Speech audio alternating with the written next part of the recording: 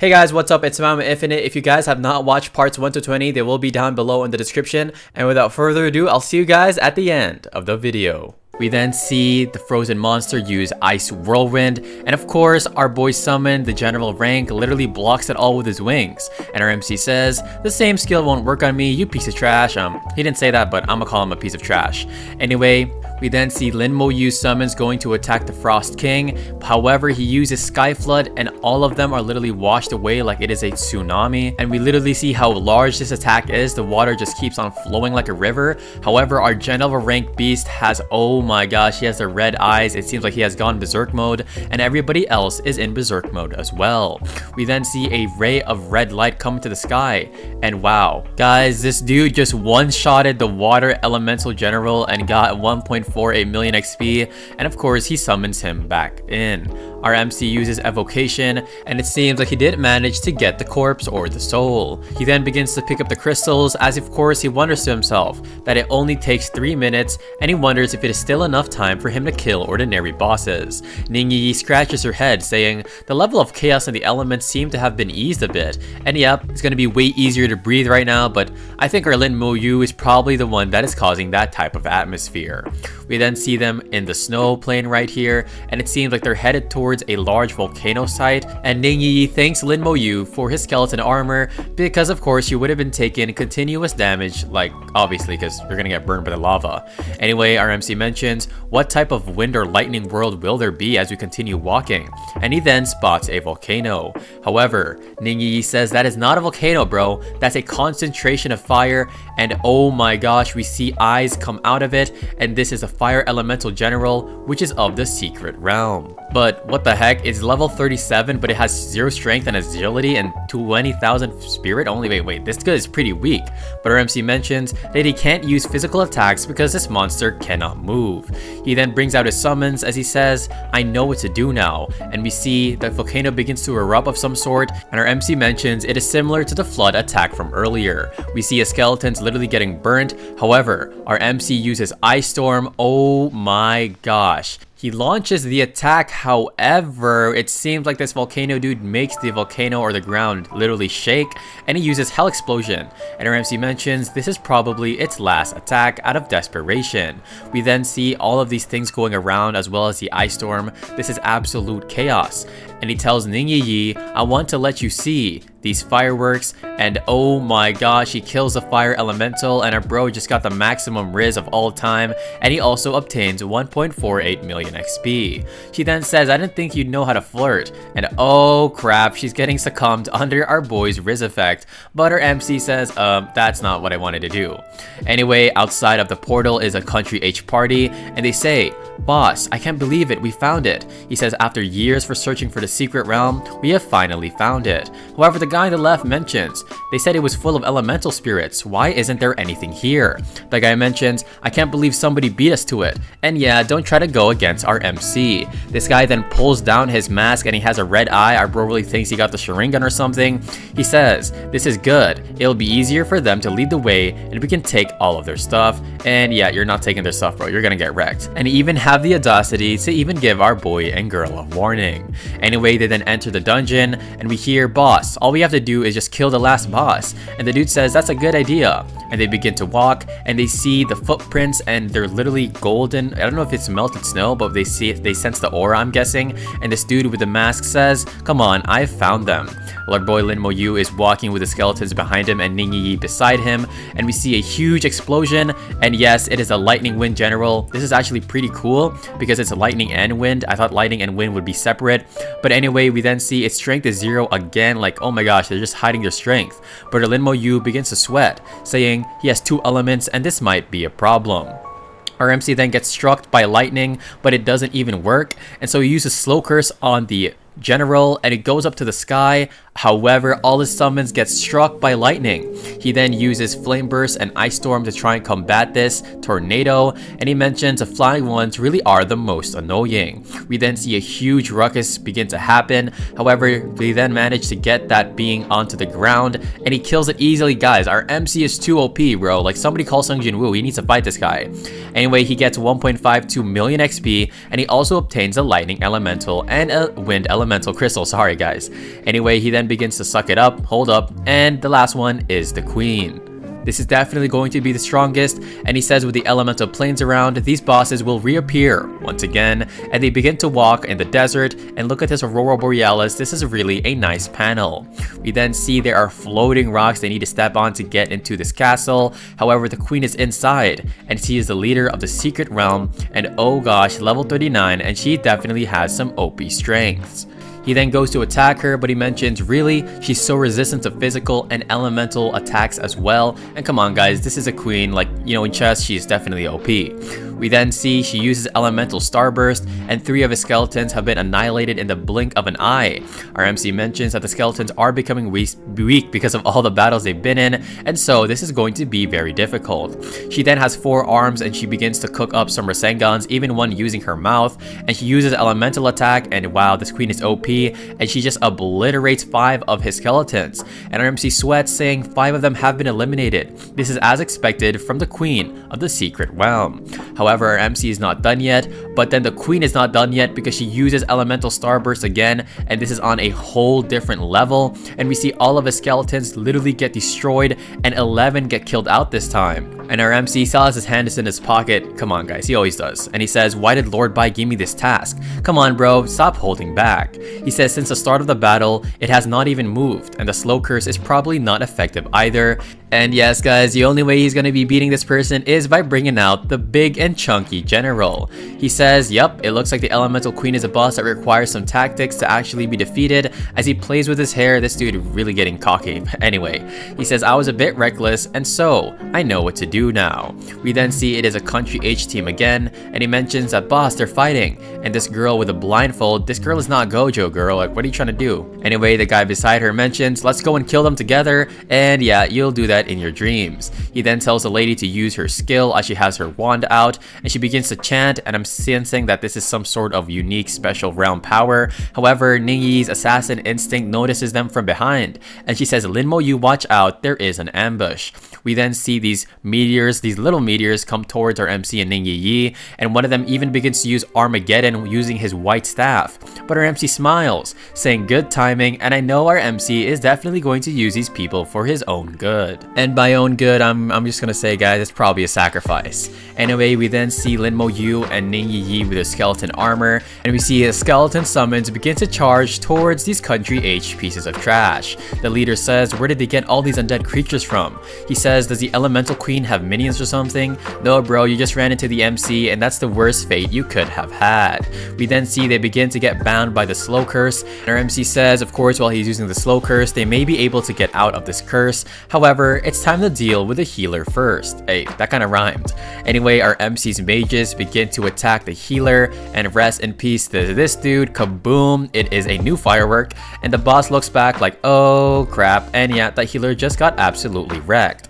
He then uses group provocation and group chain, and the boss is about to sip on something, and oh gosh, please don't tell me.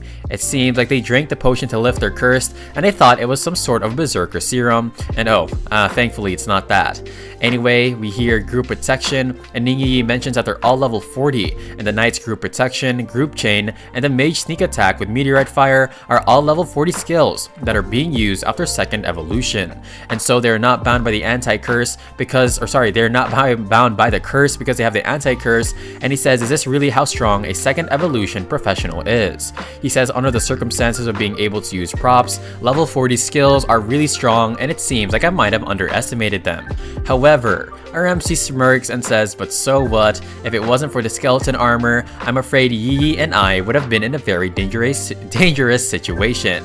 And he says, you know what? Just kill them all, as he sends all of his skeletons, and rest in peace to these guys. And they have a little barrier up, but let's be honest, it's not gonna help them at all. And yup, they have that look of, oh crap, this is the moment I knew I messed up. They mentions, boss, what's wrong with these summons? Why can't they be killed? What should we do? And the boss is sweating with his fake Sharingan, and he says, I didn't realize he was so strong. He was able to keep us in check while dealing with the elemental queen. He says there's no choice to retreat, as we see a figure of them. Oh my gosh, this is definitely what you don't want to see, is the MC and his waifu looking looking at you like this, and her MC uses Soul Flame, and he then burns one of their comrades, and kaboom, he gets sent flying, and yes, he gets absolutely obliterated, and everybody begins to run as they left this guy.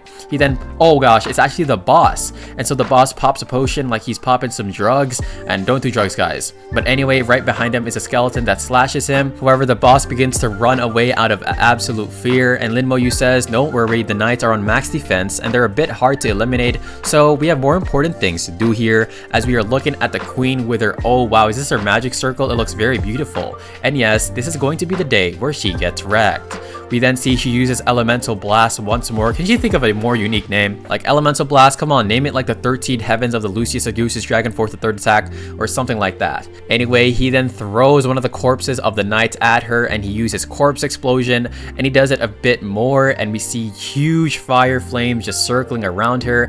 And yes, he says the damage is really good, and the level 40 corpses have done their part. And yes, it seems like she has turned to stone, sadly or happily. I mean, honestly, this is kind of sad, guys. You know, the queen didn't... I mean, I'm guessing the queen was evil, but let's just think of Lin Mo Yu. And yep, Lin Mo Yu has a weird face on. Who would have expected it? He says, let's go, and let's finally eliminate it. However, the queen wakes up yelling, and she absolutely wrecks his skeletons as they're being destroyed here.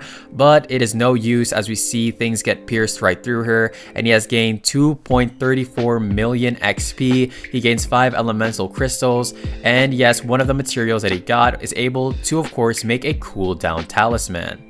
And we see the queen's soul here, it has turned purple because she was evil, and this is kind of sad, but I guess our Lin Mo Yu always wins his fights. He then says, I've got the elemental crystals, let's get the heck out of here. And they begin to walk away, but our MC begins to ponder on how his skeletons are heavily injured, and he needs to return them to the summoning space. We are now seeing the battlefield, and yep, they're close to the next one. They're at the 3rd battlefield right now, and Ningyi seems kind of annoyed by the air there because it seems kind of poisonous and red, and it probably doesn't smell good. And yep, we see some abyss monsters right here. They have red eyes, and I'm guessing that these are bloodlusted, and he kills them easily. They are level 35, and he obtains some pretty good items. He says, well, actually, it's better to find abyss demons to kill because these monsters give too little of merit, which he is after. Ningyi begins to fight them as well, mentioning these guys hide even deeper than mice. However, we find a distress signal blow up in the sky, and so they dash towards it, and Lin Mo Yu says, come on, let's go, because it's not too far away. Ningyi says that something's weird, because all the monsters are gone, and we hear a voice of a demon, and Ningyi is definitely surprised, saying, what the heck, this might have been a trap, and it seems like the devourers have been summoned away by a demon. We then see Ningyi absolutely furious and angry, and our boy Lin Mo Yu just has a straight face, but anyway, they begin to charge towards the location.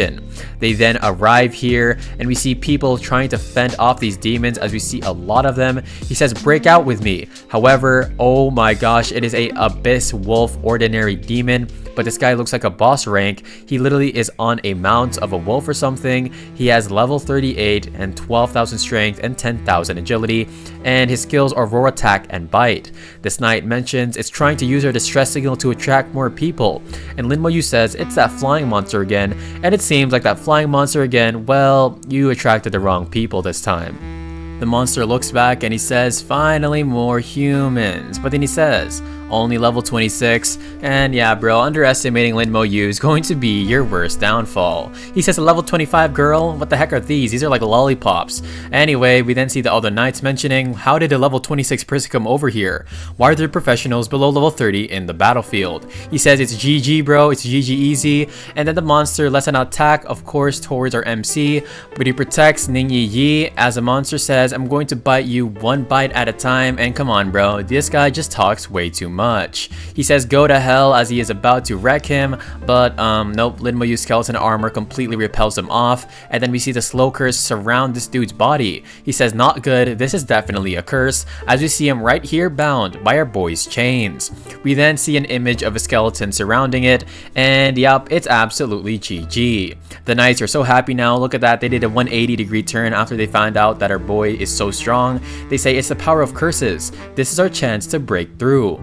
They then begin to attack, and of course they sweat as they say, finally, it's over. However, they look up in the sky, and oh my gosh, the monster is still alive. And they wonder, that's an abyss wolf demon, right? What are those undead creatures? And why the heck can't the Abyss Wolf Demon fight back? And it gets absolutely obliterated. He obtains a Demon Blood Essence as well as 380,000 XP. He says, step back, I need to clear the scene. And they say, clean the battlefield? What are you talking about? And Ningyi just waves her hand saying, come on, you guys will get hurt or incinerated. But yeah, you guys might want to come with me. He says those Devourers can't be killed with just a few attacks. But our MC just stands there like an absolute Sigma male and corpse explosion, and yep, all of them just get literally obliterated into pieces. We then see them all in their expressions like, bro, it's like Sung Jin Woo when they found out he was an S-class or the 10th S-class of Korea, and they say, is this really the strength of a level 26? His summons are so powerful.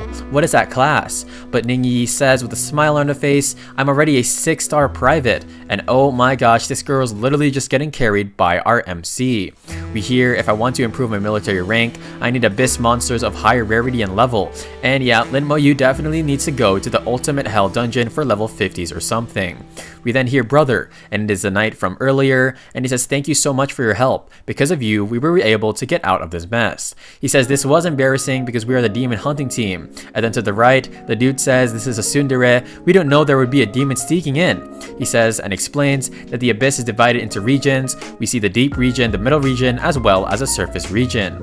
Battlefields 1 to 3 correspond to the surface region, and of course below that, well, those are the more powerful people, as you see a literal wall here like a wall of China, and we see them walking on it. The dude explains that only some weaker demons can sneak in easily, but no matter how weak that demon is, it's not something a normal fighter can deal with, and abyssal demons are the same as them, which are level 40, being their dividing line, as we see a scary shadow right here, but that's exactly what our MC wants. He scratches his head and he says, now we see the dangers, we can't go and wander around. But our MC says, wait, he begins to think. More demons? Stronger demons? Well, where the heck is it? He then says, are you really going there? And he says, yup. And the dude says, as our boy Lin Mo Yu and Ningyi begin to walk further in, is this what a true genius is like? And absolutely, bro, that's exactly what an MC protagonist is with a level up system, and oh gosh, I just wish I had my own system.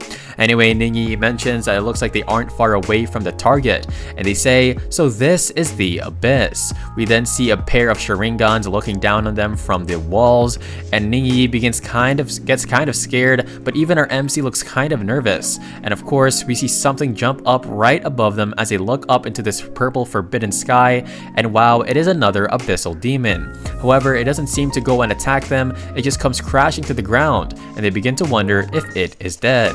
They then say, it's a silver level, and this looks like an assassin of some sorts because he's wearing a cloak, and he's even wearing a mask. He says that this is an assassin that is already over level 40, and he says it looks like they come to the right place, because he was able to instantly kill a level 38 abyssal demon.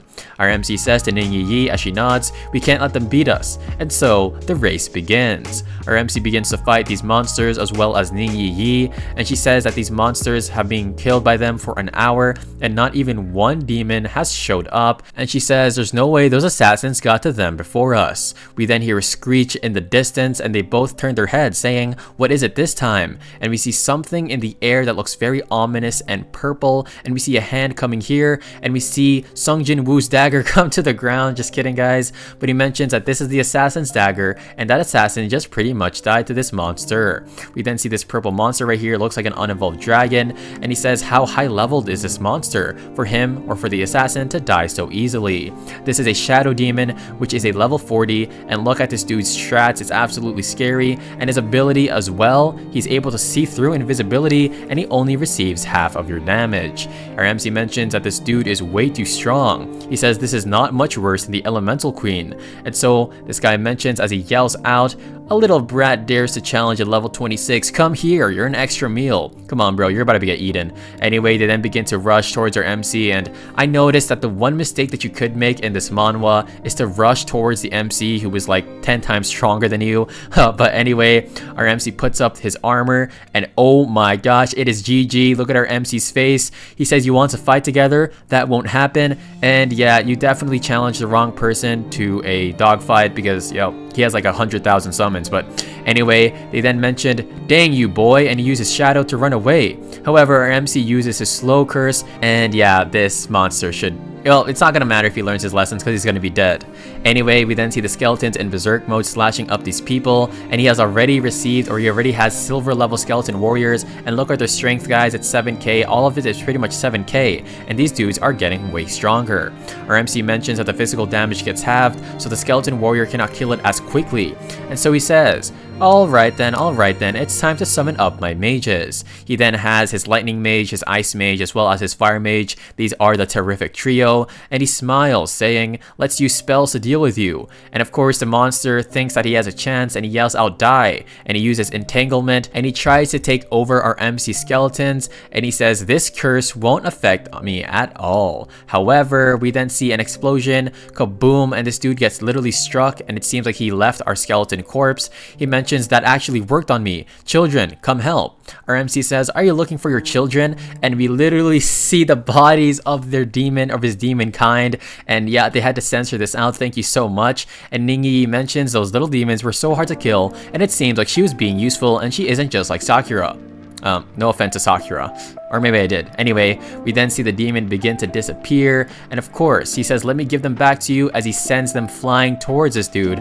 And oh my gosh, corpse explosion, and he kills a level 40 abyss demon, and he receives 800,000 XP as well as 500 military merit, guys. 500 is quite a lot. We also see Ning Yi has been promoted to a second lieutenant, and she's so happy, but our MC mentions you need 10,000 military merits to earn 1 star. And oh my gosh, this Ning Yi better give our boy like a lot of gemstones, or just give him like an OP weapon now. She then mentions you haven't been promoted yet, and she says don't worry, I heard there is a dungeon nearby, and should we take a look? We then see them walking, and then we switch back to Lord Bai as well as Meng and Wen, and Meng and Wen says, why did you send him to the elemental secret realm? And Lord Bai says, what do you mean? I just wanted to see how far he can go. He says that 10,000s of hellhounds will be destroyed instantly because he can even clear the hell difficulty on his own. And he says, come to think of it, that secret realm won't stop him either. Meng Anwen says, what do you mean? What level is that elemental spirit realm or secret realm, and what about those dungeons? He says the skills of the elemental queen could be compared to a level 40 higher demon. It's not like you know how strong he is. And yeah, guys, let me know, this dude's just like Sung Jin Woo, so don't ever try to put a limit on him. He then says the boy has a lot of skeletons, but the queen is not afraid of group fights. And Lord Bai says it's fine, if he can't escape, he can still win. Or sorry, he can still escape if he can't win, but that won't be necessary. Lord Bai mentions there is still the brand of Heroes Temple, so he won't die. And only in that secret realm, he also asked him to go to the 3rd battlefield's abyss boundary and kill demons and rise in rank. But then Meng and Wen gets absolutely shocked by this as he stands up and gets out of his seat. And he says, did you forget something? And Lord Bai says, what do you mean, bro? He says the old man Ning's precious granddaughter is there with him, and she doesn't have the brand. So if she dies, that old man will come for you, as we see the silhouette of, oh my gosh, it's Ning Yi's grandfather right behind him. And then he says, as he puts his hand on Lord Bai's shoulder, who died? What are you guys talking about? And then, oh my gosh, he asks, Lord Bai, did you send Lin Mo Yu to do his mission? And he says, oh yeah, I did. I sent him to the elemental battlefield. And he mentions, don't worry, with Lin Mo Yu there, your granddaughter will be safe. He then says, if something happens to my granddaughter, I will be coming to settle you with this. And oh yeah, don't worry bro, Lin Mo Yu's got him. And Meng Anwen mentions, you survived for today, Meng Anwen. And of course, you survived for today, Lord Bai. And he chuckles. And this dude seems pretty chill. Like, come on, all the old dudes in manhwa or anime are definitely chill and OP. Anyway, they arrive at the boundary of the 3rd battlefield, and we see a lot of ominous eyes looking down from them from the sky. And he says, did these demons sneak into the battlefield from before? And oh my gosh, we see a lot of rats, we see lizards, serpents, and a flying abyssal demon just in the sky. And they yell, look at these delicious humans, let's go and have our feast.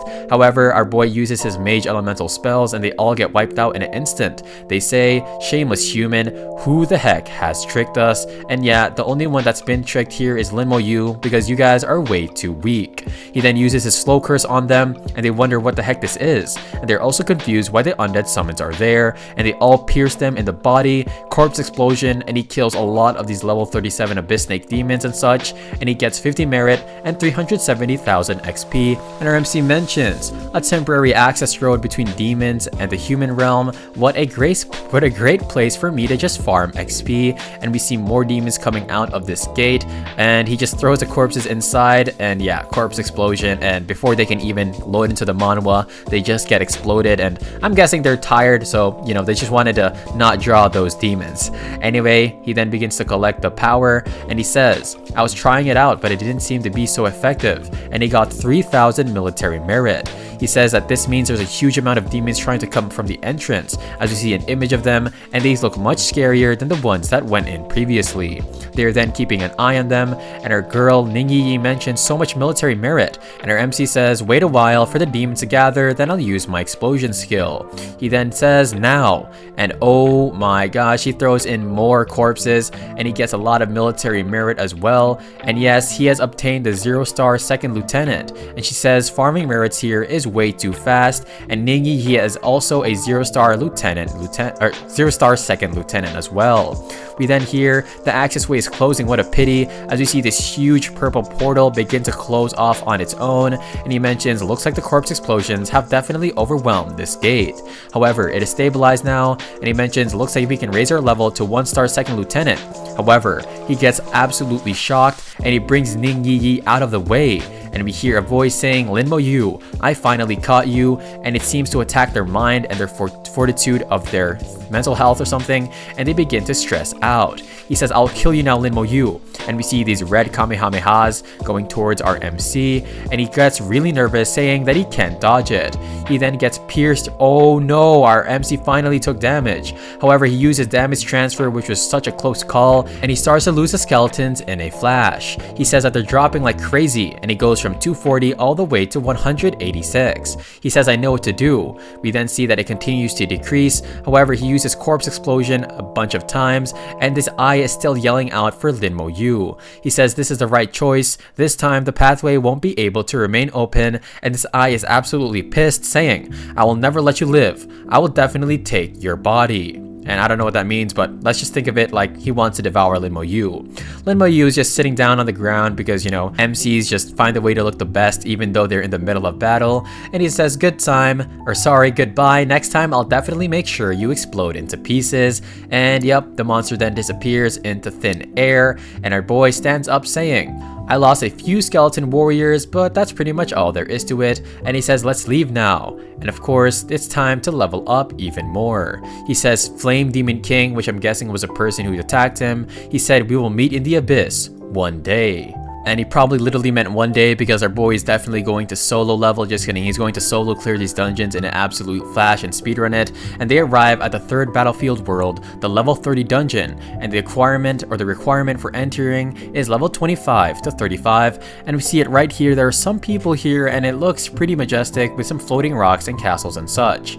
Our MC says, I wonder how a dungeon with 3 powers combined together will be like this. And so he brings out the system, and we see it right here. Of course, the entry requirements are level 25 and such. Normal difficulty is a recommended party 4, nightmare party of 6, and hell party of 12. And our MC mentions all of his skeletons have recovered, and so there aren't many high level professionals here, so he doesn't think that he needs to be wary of demons ambushing him. He then tells Ningyi, come on, let's go. And then somebody behind them says, hey you youngsters, that's a level 30 dungeon. He says the monsters inside are very dangerous, and even if it's normal difficulty, sorry about that guys, he says you can be dealt with because you're only level 26. He says it's better to go and find a party, but then we then see that they're actually going to the hell difficulty, and he smiles with Ningyi as he mentions, thank you, but you don't need to worry about this. The guy then says they can be so suicidal. He says, why are you sighing for? Did you not see their military badge? He says their badges are silver in color, which means that they are lieutenants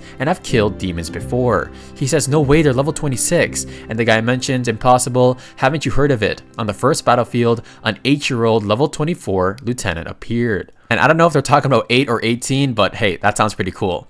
Anyway, they are now on top of this cliff of a mountain, and they are looking down at this blood river saying, a dungeon with 3 powers combined together, huh?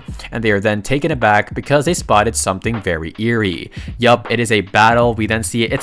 It's like Sung Jin Woo's army is purple, and then the other one is like the Flame Dragon's army. But anyway, he says something is wrong. They're all phantom shadows, including those abyss demons. We hear the word restrict, and oh my gosh, we see a bunch of legendary warriors descend, and they begin to use Forbidden Curse, Elemental Destruction, and they send out this huge attack from above, and they then burn all these creatures. And this demon is standing above all of them, and oh my gosh, he then has the elemental powers as well, and we see a huge explosion that even Lin Mo Yu and Ning Yi Yi have to cover their eyes for.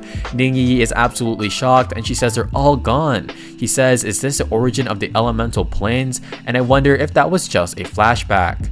Probably was. However, Ning Yi mentions the ancient battle of forbidden curses and elemental powers colliding. He says, I think so, but I'm afraid that this is literally just a tip of the iceberg. He says, come on, let's go down, as they begin to walk down the stairs, and I was wondering how they got on top of that cliff.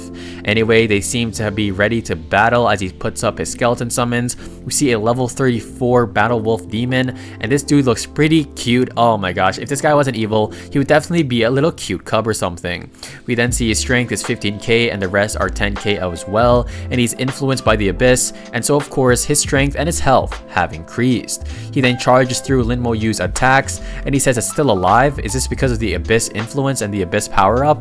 He says don't worry, it's only buffed in defense and health, and this should be fine if I attack him with a few more shots. He then gets 700,000 XP, 680,000 to be exact, and he says that this monster is made from abyss powers. And oh gosh, it seems like Ning Yi caught on, saying it seems like you can't use corpse explosion anymore. And he says with this dude, he always has his hands in his pocket, and he just says I'll deal with them just like one by one. And yeah, our MC really is just him. We then see Ning Yi use her assassin's light eyes, and she says I am a master of the night, and I'll help you find the monsters. And we see that he is attacking them one by one, even using slow curse chain to bind them. He says here too and here too, and then of course Ning Yi mentions, is this really hell difficulty? This is way too easy. But our MC says there's something that is definitely wrong. We then see they begin to level up very easily, and we see that he is now level 27, and his strength is still 500, in the mid 500s, but his spirit is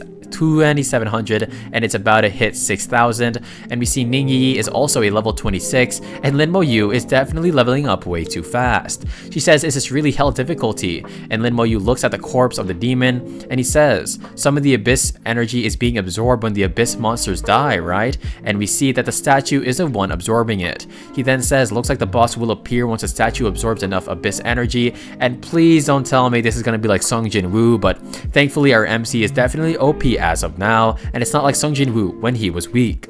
Our MC lets out an attack, and he tries to block the attack of these wolves coming at him, and then we see some ominous purple aura come and sounds as well come out of the castle. Our MC says as expected, it's not too different from the boss in the outpost dungeon, and yes, it is an element leopard king, and this dude is so huge. I'm gonna put an arrow on where Lin Mo Yu and Ning Yi are. He's a level 36, 15k for strength, agility, and spirit and physique, and his unique characteristic is that he's super fast and he has a lot of health and defense. He then lets out a leopard's roar and tries to snatch our boy and scratch him, but they then take a step back like they're dancing. But Lin Mo Yu says with his eyes are filled with determination, thank God I have skeleton armor, because his dude's really moving at the speed of sound. He then uses evocation, and he tells the other people to retreat, and the people he's telling to retreat is of course Ning Yi as well as his summons. We then see he brings out the outpost guardian. Let's go guys, and this dude has the same stats as the monster, and he says I'll slow you down first as he uses slow curse. The general summon launches towards the leopard, and of course he tries to attack it, mentioning that as expected the strength attributes are the same, and the leopard king boss can't resist the guardian of the outpost dungeon. We then see a slice on the leopard's arm, or its leg technically, and it lets out some purple blood, and he says so that's how it is, huh? And so he tells all his soldiers to attack ASAP, and they then begin to charge at him, but the leopard begins to fight back as well. We then see a lot of them, and they are ready to use Rage Strike, and kaboom! He says I didn't expect that this time the outpost guardian would be used to stun while my skeletons deal the damage. We then hear the leopard uses elemental explosion, and oh my gosh, the leopard shrinks, and he says so the elemental leopard king is not an abyss monster. He says it is a monster with a body that's made from pure energetic energy, and as long as its energy can be depleted, it can be eliminated.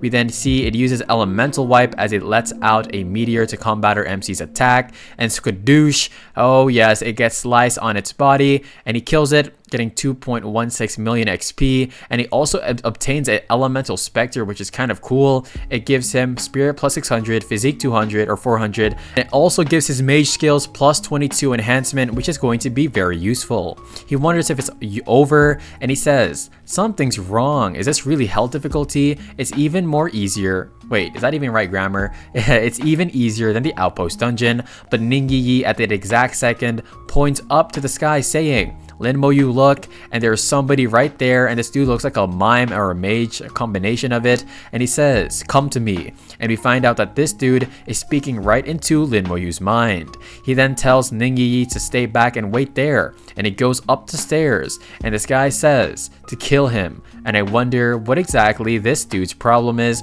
or I wonder what's his backstory. This dude is a great elemental mage, which is a hell dungeon leader. He is almost level 40 at 39. He has 10k strength, agility, physique, as well as 40,000 spirit, and we see his abilities here. He has meteorite, flame burst, wind shackles, and magic shield, and these seem pretty OP.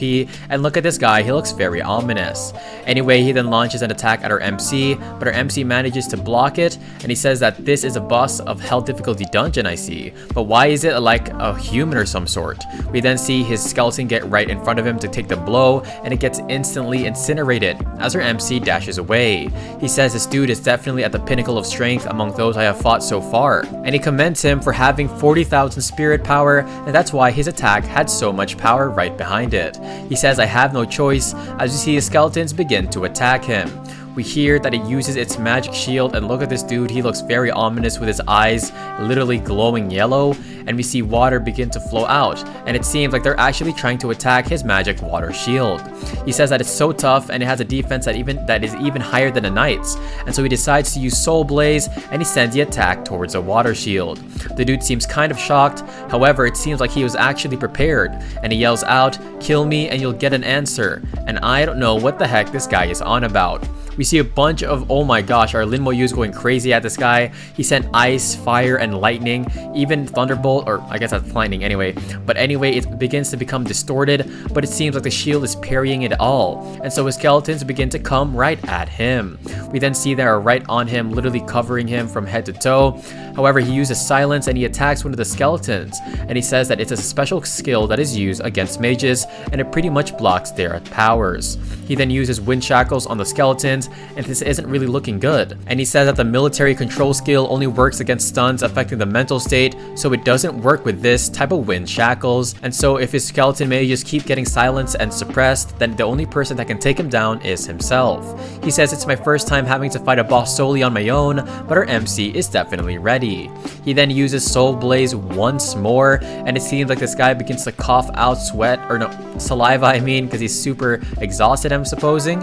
And so he begins to get furious, and he launches up meteor fire, and we see all the meteors coming down towards our MC, and this is definitely gonna sting. Our MC says that this is way stronger than the second job transfer mage, and so he won't even decide to dodge it, and he brings out a lot of artifacts mentioning that he'll strengthen his skeleton armor. We then see he brings it up right here, and it seems like he is safe, but then the guy uses silence once more, and our MC begins to drink potions to recover his spirit, and he says, you really try to silence me? My skeleton armor is immune to all control and negative effects, and so our boy really is just chilling now. He says that this will become a battle of attrition, and let's see who can stand the longest. And we see the mage guy, and he begins to disappear of some sorts. We find out that he begins to get his soul ablazed, and that kind of reminds me like Demon Slayer or something. And he says, looks like I'm the one still standing, and oh my gosh, our MC just really has a smile on his face. The guy then begins to fall to the ground, and yes guys, he has killed the level 39 elemental magician, and he gains almost 4 million XP. He gets an intermediate flash skill scroll, a talent stone, as well as a space crystal and damage divine flame staff. We then see his body disappear, and oh gosh, what a sad story, and I wonder why that dude wanted to get eliminated so badly. We then see the attributes of the things that he has garnered, and he mentions that there's so many at once, and they're all items of the super high grade. Nonetheless, we see Ningyi come into the battlefield always after it is done, and she says, or always after the fight is done, and she mentions, how the heck could this be? She says this is the Divine Flame Staff, and this is super rare, and she asks where he got it.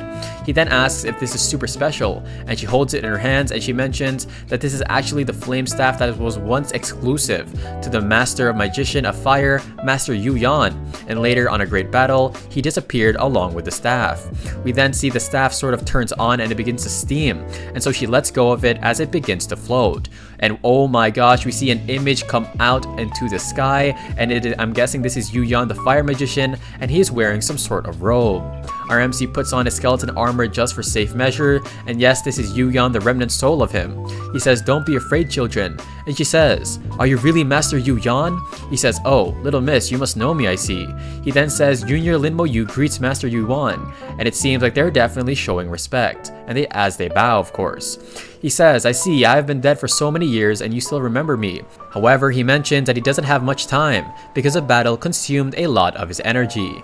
He says a space rift appeared on the third battlefield, and that rift connected the human race and the abyssal world, as you see it right here, and it looks kind of like a stomach of the galaxy, but hey, I'm not gonna judge the artist because this looks super cool. He explains that the great demon king of the abyssals led a large-scale invasion of tens of millions of demons, and he led the legion of the magicals to fight them, and it seems like our boy really was a goat. We find out that here it is, guys, the flashback from earlier. The army of magicians launched a forbidden spell, and they defeated the great demon king as well as his army, and in that battle he got this space crystal, and he mentions that in this crystal is recorded a place in the abyssal world, and they need to find for a goated alchemist, and oh my gosh, I'm definitely looking forward to this. He says you need to go to the abyss, and our boy Linmo Yu is kind of shocked, but he asks, "In return, I will hand over the space crystal to the senior officers of the Empire," and he says only you can use them, so it's a waste to give them to anyone else. Yu Yan then asks if he has awakened his talent, and Linmo Yu says yes. We find out right here that, of course, congratulations to the host for awakening the only deity level talent, complete increase 1 level, and oh my gosh, it seems like your boy is definitely going to become a stronger necromancer. Yu Yan then says at your second awakening you must awaken another talent, and even though it is going to be so hard, I know you can achieve it, and you're going to be way more OP than Sung Jinwoo. Oh, sorry guys, that's actually not there, but who knows, let's see how strong he gets. He then says with your third talent, your strength will reach an unbelievable level, and there has only been one powerhouse with 3 talents in history, so you must be the second, and I'm wondering if that's if the first one was Sung Jinwoo, but it's probably not. He says he will do his best, and the guy mentions, "I don't like talentless people, and giving it to another person would be a waste," and it seems like this dude is pretty smart. He says, however, that Miss, who was quite good, she came a long time ago as well, and he was also moved. However, it seems like she came in a team, and that team was sort of lacking. We see an image of her, and he says that having said that, that Miss seems to be somewhat familiar to you, and oh my gosh, this is actually Linmo Yu's sister. Let's go. He says that her talent was pretty good, but she was a little bit off. Our boy Linmo Yu is obviously shocked, and he says when he met her several months ago, she was already at level 35, but he's not sure now. And our MC says she has already improved so quickly. He says that level is not that important because, of course, Linmo Yu is level 20. Linmo Yu is level 27, and he's just wrecking everyone. Like, trust me, guys. Would you rather be a low level with high power or a high level with low power? Obviously, you'd be the first one. Anyway, he explains that your summons all have good combat power, but it seems like his talents could be amplifying them as well. However, there are still weaknesses, and they can easily be manipulated. However, if he gets a talent for anti-control, then his skills and his potential and his sky limit will be definitely limitless. And our boy has his hands in his pockets like usual, and that guy explains that that's pretty much why I chose you. He then says that his soul will be integrated into the staff, making it stronger after repair, so find somebody worthy of it. And he says, "Senior, don't worry, I will definitely not let your divine flame staff go to waste." We then see they are ready to get out of the place, and he says it's because of the blood of such people that our human race can survive the threat of the abyss, and that's why they need to continue to get stronger. They then teleport away, and we see outside of the dungeon they are all cheering, saying, "Oh my gosh, no way, they cleared the dungeon, that's awesome. The only ones who cleared the first battlefield dungeon in hell difficulty, they are way too strong." We then see Shi Xingnan, and he says, "That's junior brother Lin, no way," and it seems like they're going to have a heartfelt reunion. He then tells Ning Yi, I have a bad feeling because no good will come out of this dungeon, and we then see something beginning to come towards them or away from them, I'm not sure, and they seem to be like meteors. He says that there is a demon coming and they need to get ready to fight. We then see a whole horde of demons in the sky, and he says, finally, this ugly creature, finally I can taste the delicious human flesh. And come on bro, you're probably gonna become an undead summon to our boy Linmo Yu, because yeah, you definitely picked the wrong character to mess with. We then see he ascends to the ground and he begins to attack these skeletons, saying, what the heck? Why are these undead things over here? However, one of our boys Linmo Yu summons actually slices it easily and they kill a lot, as we see right here, level 37 dead, level 38 dead, Abyssal Wolf Demon, and as well as an Abyss Snake Demon. Ning Yi and Linmo Yu are just there, and Ning Yi mentions how she definitely will encounter the space tunnel again, and a lot of people are attacking these hunters or these warriors. This guy mentions that direction, and they are all super nervous for what's to come, and she then says, let's hope for the best case. We then see a space tunnel right here, which is 2 times larger than the previous one, and yeah, I definitely would not want to see this in real life. Just kidding guys, bring them over to me and I'll handle them.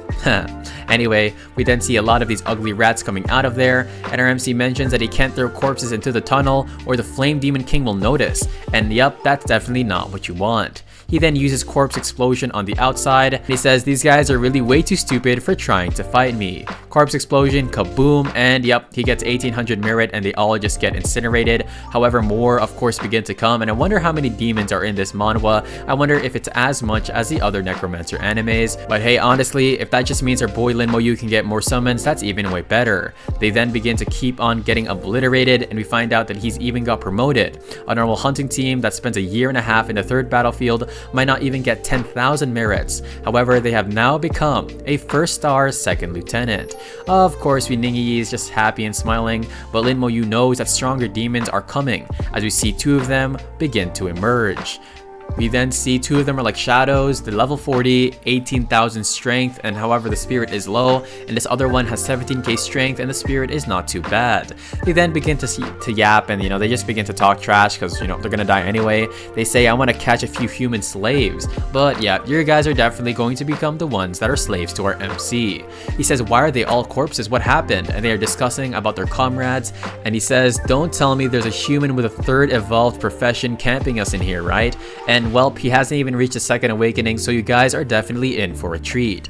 Our MC uses Corpse Explosion, and one of the ants says, oh, look how ugly this guy is. Anyway, he says, it's just a little level 27 guy. I've decided to let you become my slave. However, well, kaboom, and he gets exploded, and Ning Yi even says, are these guys all idiots? But then it seems like she actually retracted her statement, and she mentions, actually, if I were a demon or any other being, if I saw a level 27 wipe out so many higher demons, I would definitely think that that wasn't possible.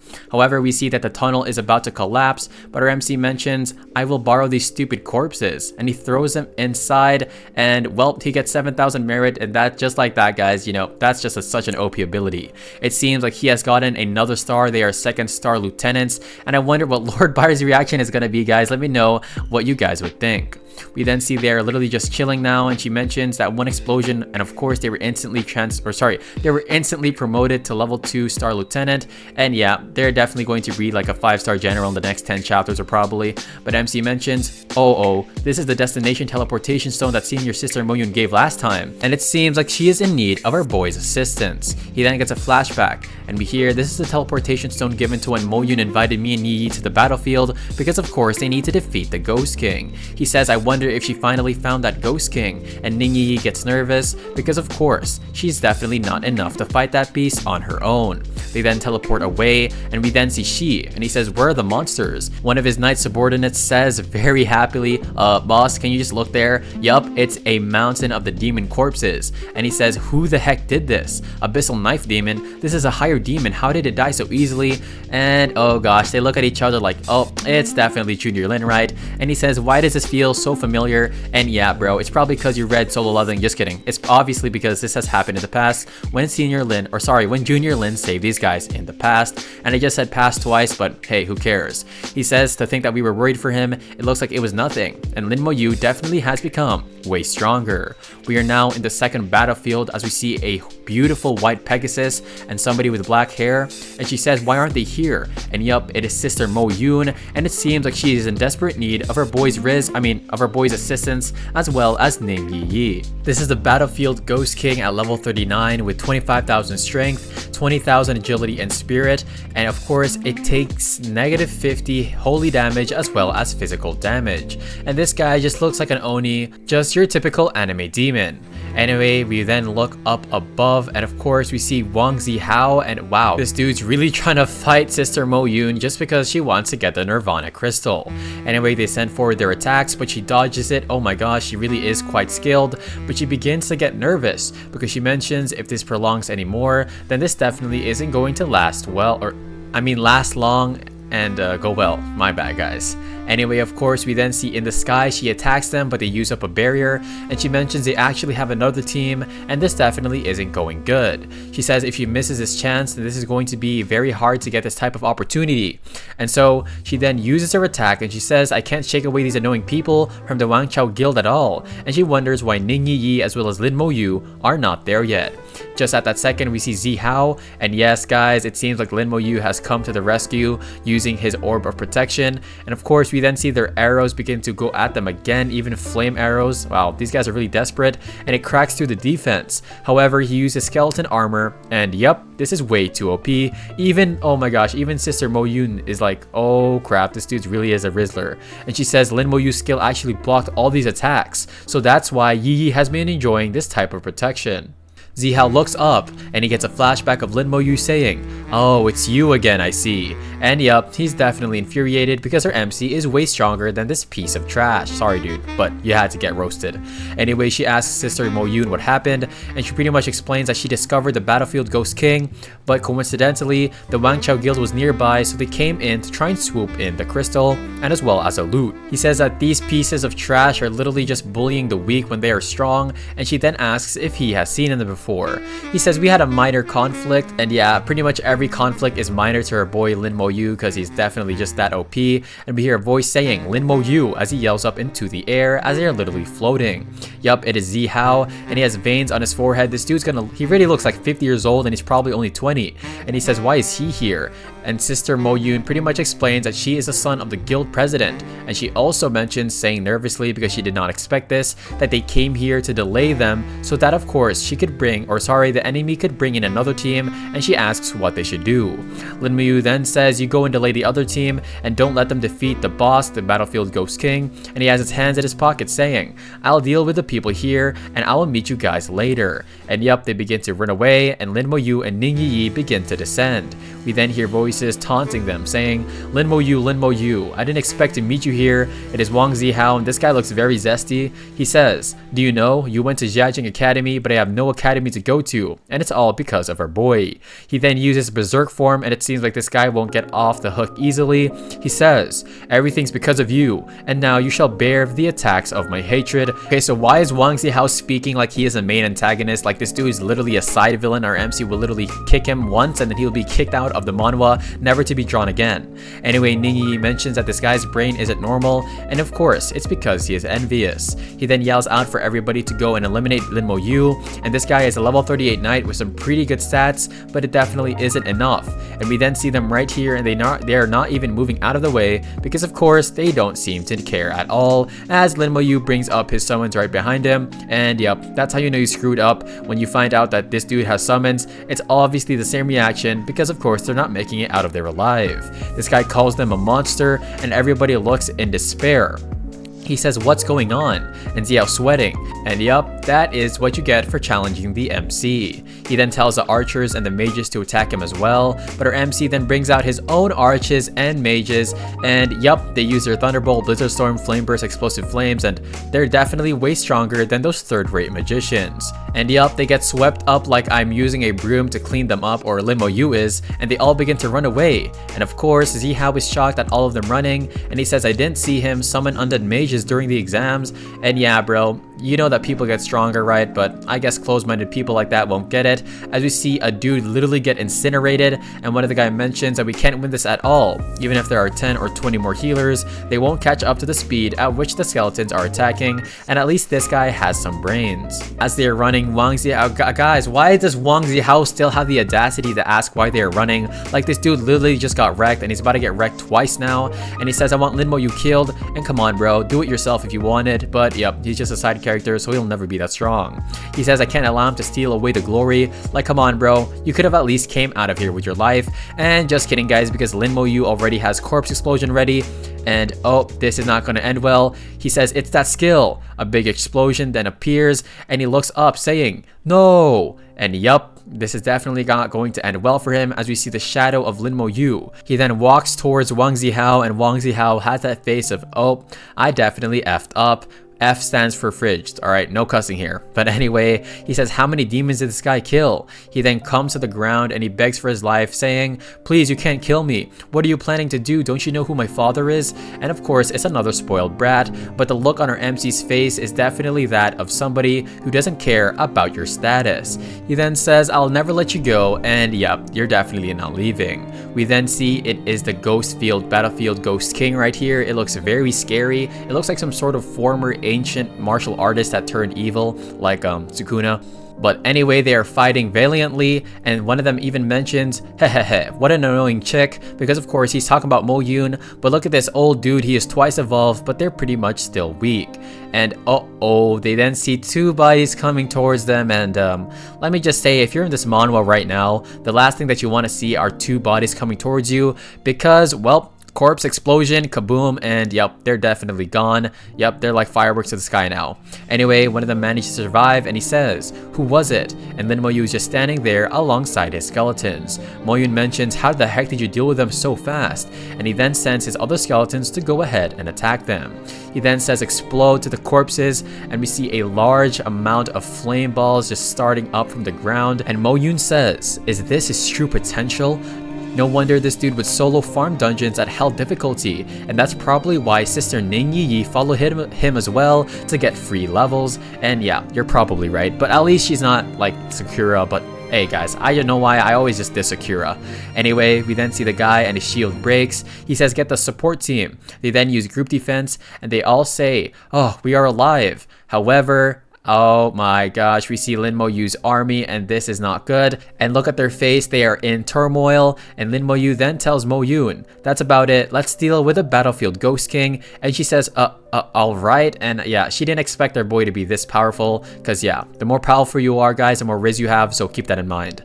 Anyway, this is the Battlefield Ghost King. We already mentioned his stats earlier, and we then see that of course he is the world boss, and it seems like he grew a pair of wings. Or is that wings, or is that just his tattered clothes? Anyway, I must get tired because, you know, I read like 1,000 manhwas a day. Just kidding. Anyway, he then summons out his Thanatos Scythe, the upgraded version. Let's go guys, this dude is gonna wreck this dude. And also he summons out his General Corpse, and yup, we then see Sister Mo Yun. She says, how many cards does he have up his sleeve? And Ning Yi just smiles because, well, this is a common occurrence once you're around the MC. He says that I'm not proficient at holy damage, so I'll leave that to you. And of course, it seems like she is definitely competent as well. She then loads up an attack, but come on guys, can we have another shout out to Lin Mo Yu for just being ultimately that guy? And yeah, he's way too cool. She then launches an attack on the being, and this dude seems to have gotten injured quite a bit. He then uses lifesteal. However, she then gets out of the way, and her MC uses his slow curse to disrupt his skills because they are actually pretty good. We then see his general flying over towards the world boss, and he says go and restrain the movements. And yup, he begins to attack the world boss, and she says, this Lin Mo Yu, how many tricks has he not used yet? Don't worry, that's none of your business. Anyway, it seems like the monster got infuriated, and he punches the general summon, and he says, like, it seems like my post guardian is slowly unable to handle the current battle, and he needs to find a new summon. And oh my gosh guys, I am so hyped. It seems like this world boss of hell difficulty is going to become our MC's new summon. Sister Moyun is on her Pegasus and she begins to attack the world boss once again, and she says, dang it, doesn't the Ghost King receive negative 50% more holy damage? Why did my attacks not work? He then uses the Bewitch skill, and I honestly thought Bewitch skill could only be used by good looking people, but I wonder how this ogre got it. Anyway, we see Sister Moyun here and she seems to be drastically affected, so he then says of course she's not immune to mental controls, so he orders a skeleton to go and fetch her, and she begins to fall to the ground, and yup, we got the skeleton Riz right here as he catches her while she's falling. And no, this isn't a Disney movie. He then tells Ningyi to take care of Moyun while he takes care of the big guy. He says that this guy definitely is quite powerful, and he gives a smile as he says, how about I choose you as the next soul? And yup, we've finally been waiting for this. It's like Igris and Beru Beru. Anyway, he puts away his general class, but the guy tries to use Nihility, but our MC has skeleton armor as he negates the attack, and he says, time to work, my soldiers. He says, have a taste of fried soul, and he begins to use his soul blade on this dude, and this guy yells out in pain. And however, oh, it's too late, because as he is giving off his yelling noises from the pain, our boys skeletons are already attacking him, and yeah, it's not gonna be good for this guy. We then see Sister Moyun is taking some healing potions from Ningyi, and she wonders what's happening, and she looks back because of course she remembers that she was struck by a bewitching skill, and she looks back towards the world boss. She then sees the world boss, and he's gotten even more furious, as well as Lin Moyu attacking it on his own, and she says, oh my gosh, he's attacking it by himself? This dude is the ultimate Rizzler. No, I'm just kidding guys, but she says the Ghost King didn't even receive damage from holy damage, but even after it amplified, it's actually getting wrecked by our boy. And so he tries to use lifesteal on our MC skeletons, but he says all of them are undead, so your lifesteal has no use at all. Of course, we then see the skeletons begin to slash at it, and he says, no matter what, I'm still considered a mage, so I will just switch the magic attacks. And of course, Moyun is just absolutely shocked, and she says, is this usually how Lin Moyu does in a dungeon? And Ningyi says, yep, that's right, this dude is definitely Sung Jinwoo, and he definitely just solo clears dungeon, but of course I came along just to get free XP. She might have said some of that. 5 minutes later of fighting till the brink of death, well, the monster, not Lin Moyu. Anyway, the monster dies, he gains 2.6 million XP, he gets the Ghost King Dagger, the Ghost King Longsword, the Ghost King Heart, and 5 Nirvana Crystals. Oh my gosh, here are the statuses right here. The Ghost King Dagger is pretty much a platinum grade weapon, and it has Nihility, which turns the body into nothingness for 30 seconds and ignores physical damage, and it has a cooldown of 5 minutes. The second is the Longsword, and when using personal strength as base for launching attacks, it absorbs health to recover the body, 5-minute cooldown as well. The third king is a Ghost King Heart, which is actually a very important ingredient to make some strong accessories. And the last one, yes guys, it is the Nirvana Crystal, which increases the probability of a job evolution to the second job change, and this is what Sister Moyun has been looking for. Our MC tries to summon the soul, and let's go guys, he has successfully did it, and this guy looks absolutely eerie and scary, and I know that this dude is definitely going to be a force to be reckoned with. This is a Battlefield Ghost King. He is still level 39 and all of his stats have pretty much remained the same, and he says although it's weak to holy control effects, overall it's definitely not bad. Of course, Moyun says, what the heck? It's over just like this? He can kill the Battlefield Ghost King all on his own, and our MC, we just see a picture of our MC looking cool, but hey, I'm all for that. I'm trying to see our boy look very cool. She then receives a Nirvana Crystal from our MC, and she says, I finally obtained one after so many years. And she says in her heart, with this Nirvana Crystal, I have a 60% confidence in evolving, and yes, I must be successful, and the glory of my family shall be continued with me. And it seems like she has a story of a fallen noble family, but that's definitely not cliche, right? Anyway, she says, thank you so much, Lin Moyu. This Nirvana Crystal is very important to me, and our boy Lin Moyu just has his hands in his pocket. Oh gosh, this is how it's always gonna be.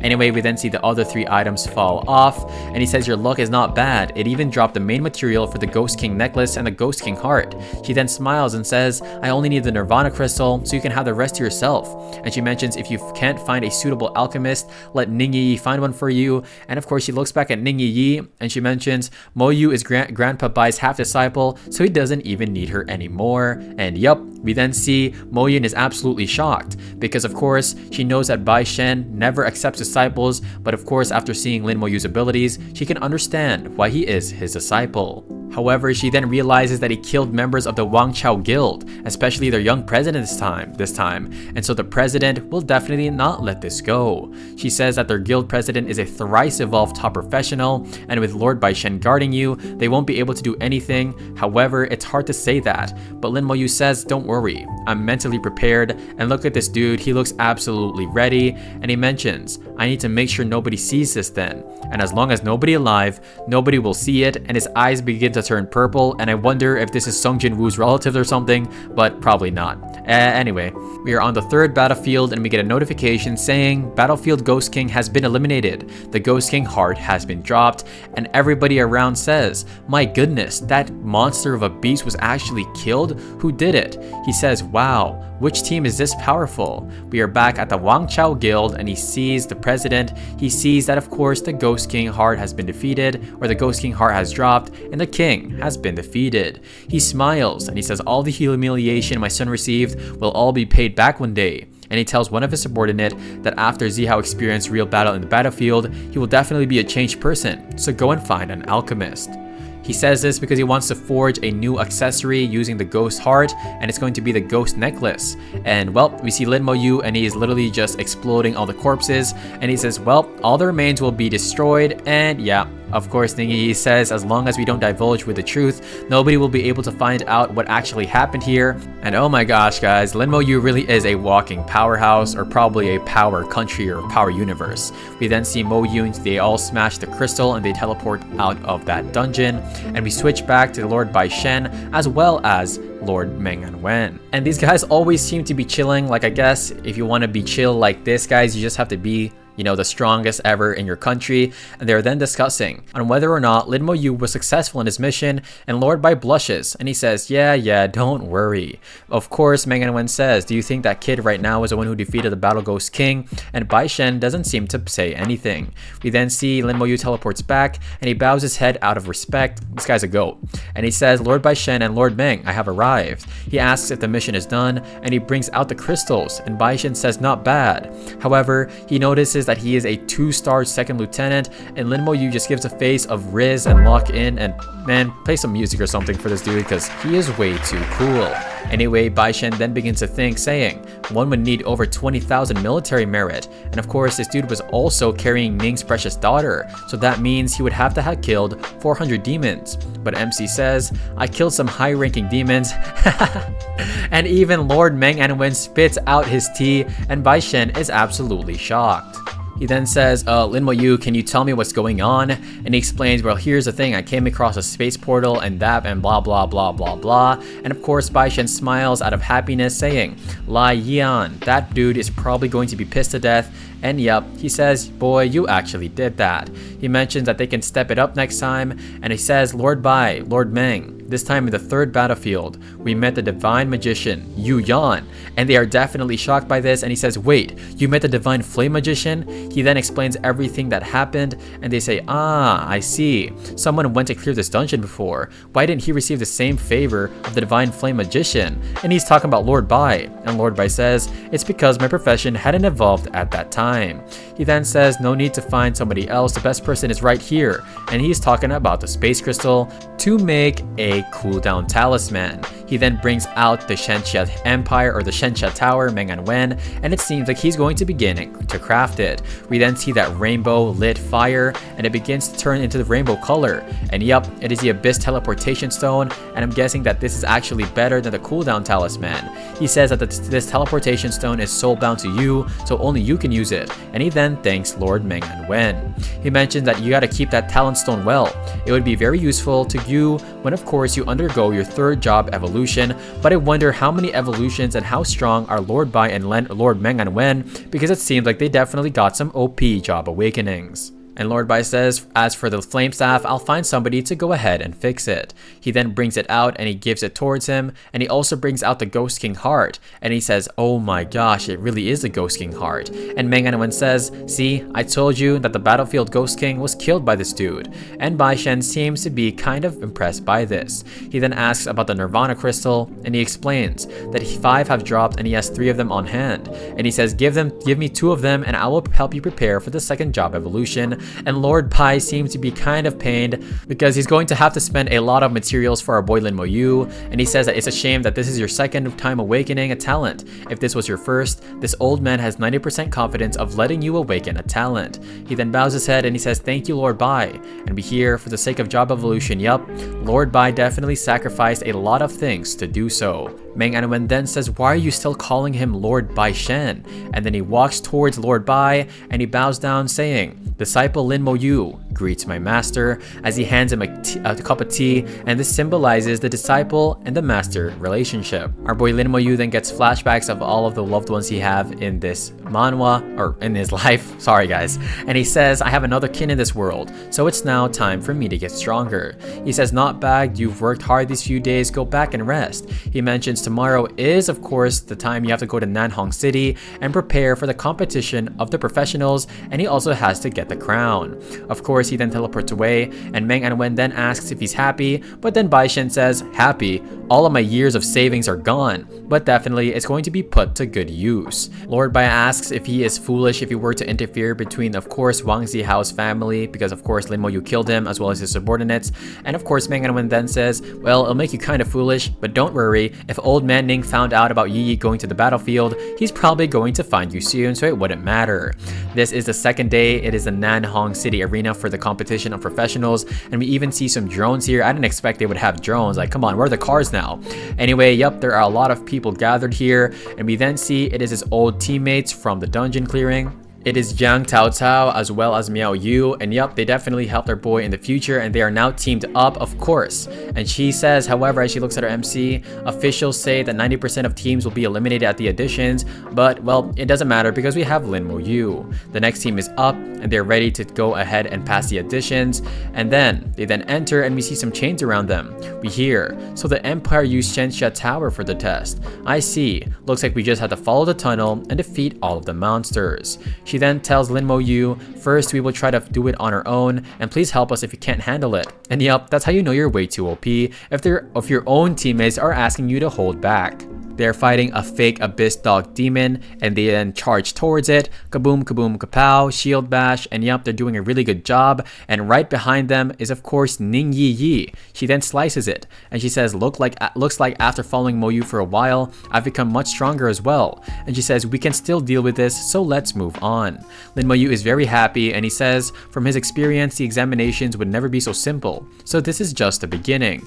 We then see a stat board here, pretty much explaining that there are 30,000 teams there, which is absolutely tremendous, and everybody is looking at all these teams get eliminated. Ning Yi Yi then kills with a fatal strike, and we see that she kills another one just like that, implosion just like that, and our team is definitely going to win the tournament, as we see Jiang Tao Cao use her slash ability, and I know that this team is definitely going to shock everybody in the audiences. The chapter starts with Meng Anwen and Lord Bai, and they are pretty much discussing how all the teams are already at 40 points, but our boy is only at 23. Lord Bai asks if he can tell him the reason, however Lord Meng Anwen says, nope, I won't be revealing that. He then says, speaking of which, it's just an audition test, and it's not about speed anyways, so why don't you have faith in Lin Mo Yu? Lord Bai then says, nonsense, if he didn't win back the crown, you will see how I will deal with him, and yeah, once you're the disciple of some overpowered sword deity who likes to do things with his fists, well, you're definitely going to have a higher standard. We then switch back to, of course, the team. We see Miao Yu, Jiang Tao Cao, and of course our girl Ning Yi Yi, and they are fighting an abyss dog demon, which is obviously fake, and it looks kind of menacing here. As you see her skills right here, she's level 29, strength 5k, agility 5k, spirit 1.5, and constitution 5k. And yeah, the reason why it's fake is because our boy, our MC, has already killed this demon, and it is one of his summons. Jiang Tao Cao mentions that it is a boss, so she has to be careful, and Miao Yu mentions that she already used all of her spirits, so this could get dangerous. And look at this abyss dog demon. Guys, don't get any thoughts in the comments, but look, this dog, or this abyss dog demon, looks very frightening. And yup, our boy says this is indeed the dog demon. He says that my teammates should be reaching their limit though, and so they all wonder how the heck it knows how to summon even smaller monsters. And so Jiang Tao Tao is told by Miao Yu that it seems like this is over. We see that Jiang Tao Tao is literally sweating and breathing heavily, and she mentions that everybody isn't in an excellent state, and so it's difficult enough to already fight them. But then Lin Mo Yu steps in and says, "Don't worry, just leave it all to me," and Jiang Tao Tao is rizzed up and she is definitely shocked. Anyway, we then see Miao Yu as well as Duan Gao, the priest or the holy guy. He says, "Yup, I agree, come on, let's let Lin Mo Yu do this," and yup, they're definitely exhausted. Jiang Tao Tao then says, as she agrees, "I guess I will leave this to you." Our MC then says, "You really should," and yup, our MC is way too cool. He then brings out some of his summons, and of course, Jiang Tao Tao mentions that this guy has gotten way stronger, and it feels more suppressive than the dog demon. He is referring to the skeleton's aura. We then see the dog canines jump up into the air, but they get sliced with ease, and she mentions that 1 strike 1 kill, and the speed of the eliminations are way too fast. We then see the abyss dog demon, of course, try to go towards the MC, but well, one of his skeletons jumps right in front, and yup, it gets killed in 1 strike, and yeah, they're just like, wait, what is going on? Our boy is just Sung Jin Woo. But anyway, we then see her body get absolutely incinerated, and it shows that the test had passed, and they have already reached 300 points. Of course, and Team Tang Jianfei, the one below them, have 240, so it's not bad. I'm not gonna lie guys, that's a pretty good score.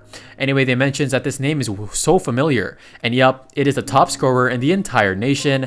That's why they're so fast. We then see it is a battle courtyard as they teleport back, and Miao Yu mentions, "I didn't even think we would actually be first," and she says it's probably because we took less than 5 minutes to defeat the boss. And wait, are you telling me they spent 5 minutes literally fighting against those demon dogs and Lin Mo Yu had to step in? But honestly, it was a good effort. Ning Yi then mentions, "You are going to participate in the individual competition, right?" And she says, "We will all be rooting for you." And her MC just says, yeah, like it's, of course, he's gonna win.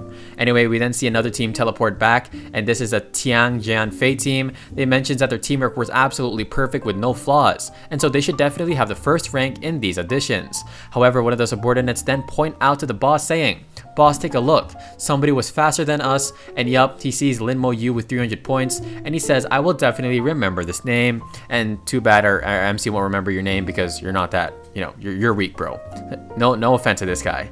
He then gets absolutely infuriated, and he says, "I will participate in the individual contest, and I will make sure that the first place won't fall into your hands." It is then the afternoon, and our MC then walks into the individual competition portal. It's like he's heading into the nether, but maybe a fiery nether of some sort.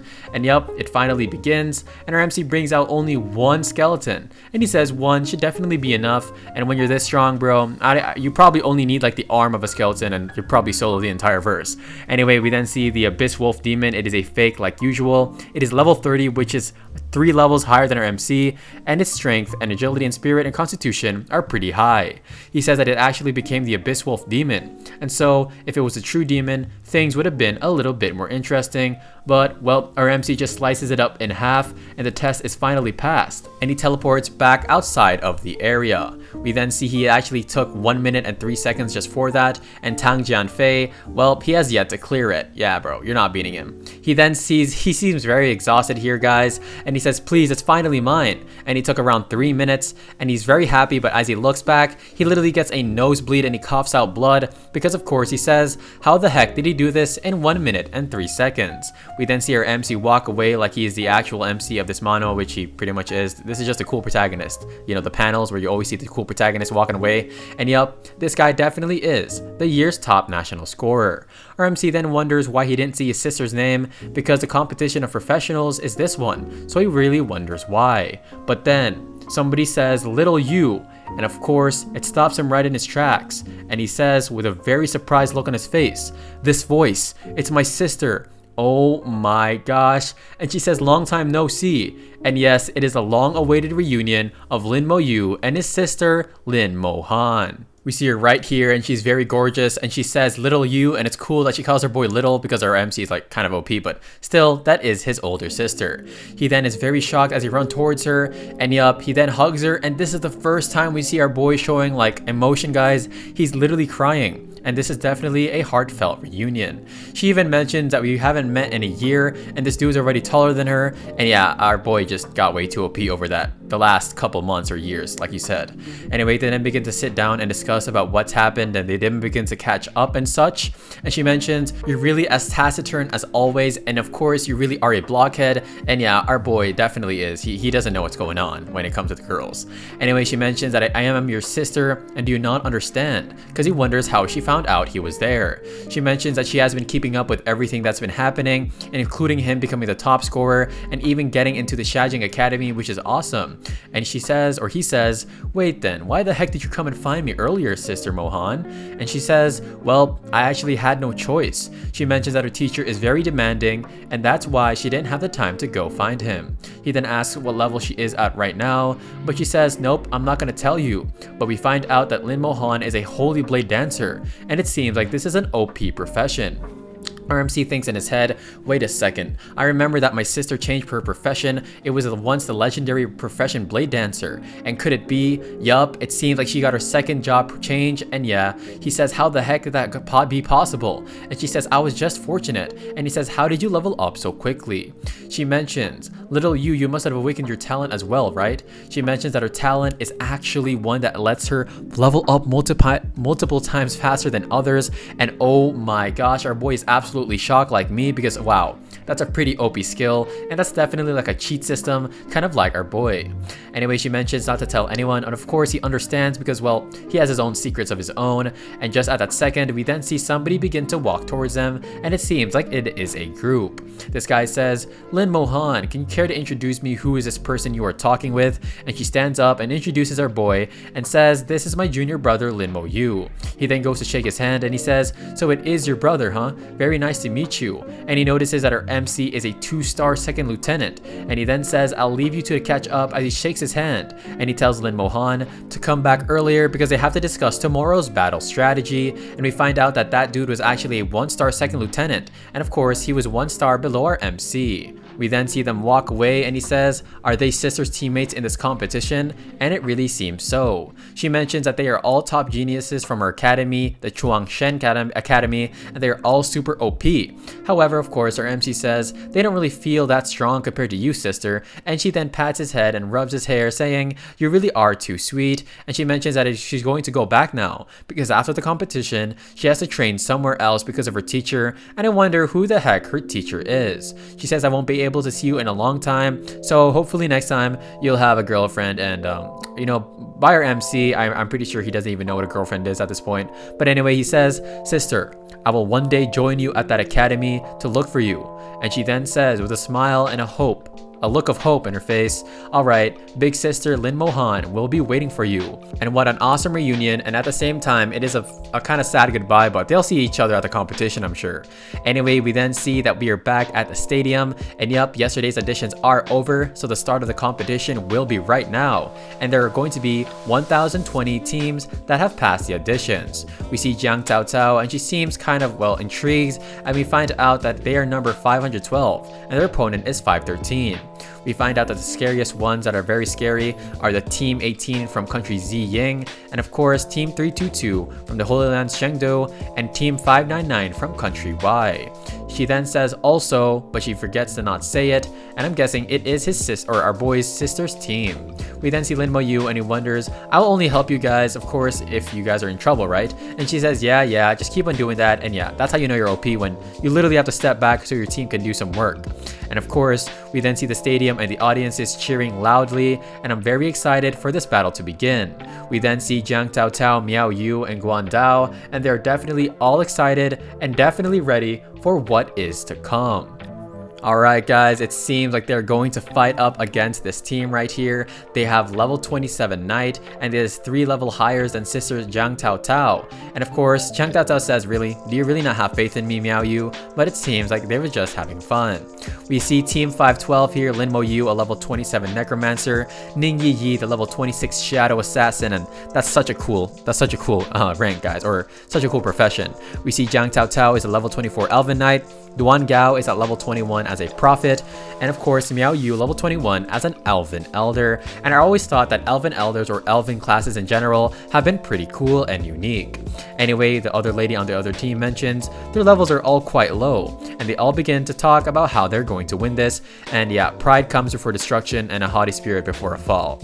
Anyway, we then see they begin the match, and of course everybody's ready except for Lin Mo Yu. He's just sitting in the corner or standing in the corner, and yeah, our boy's definitely just chilling.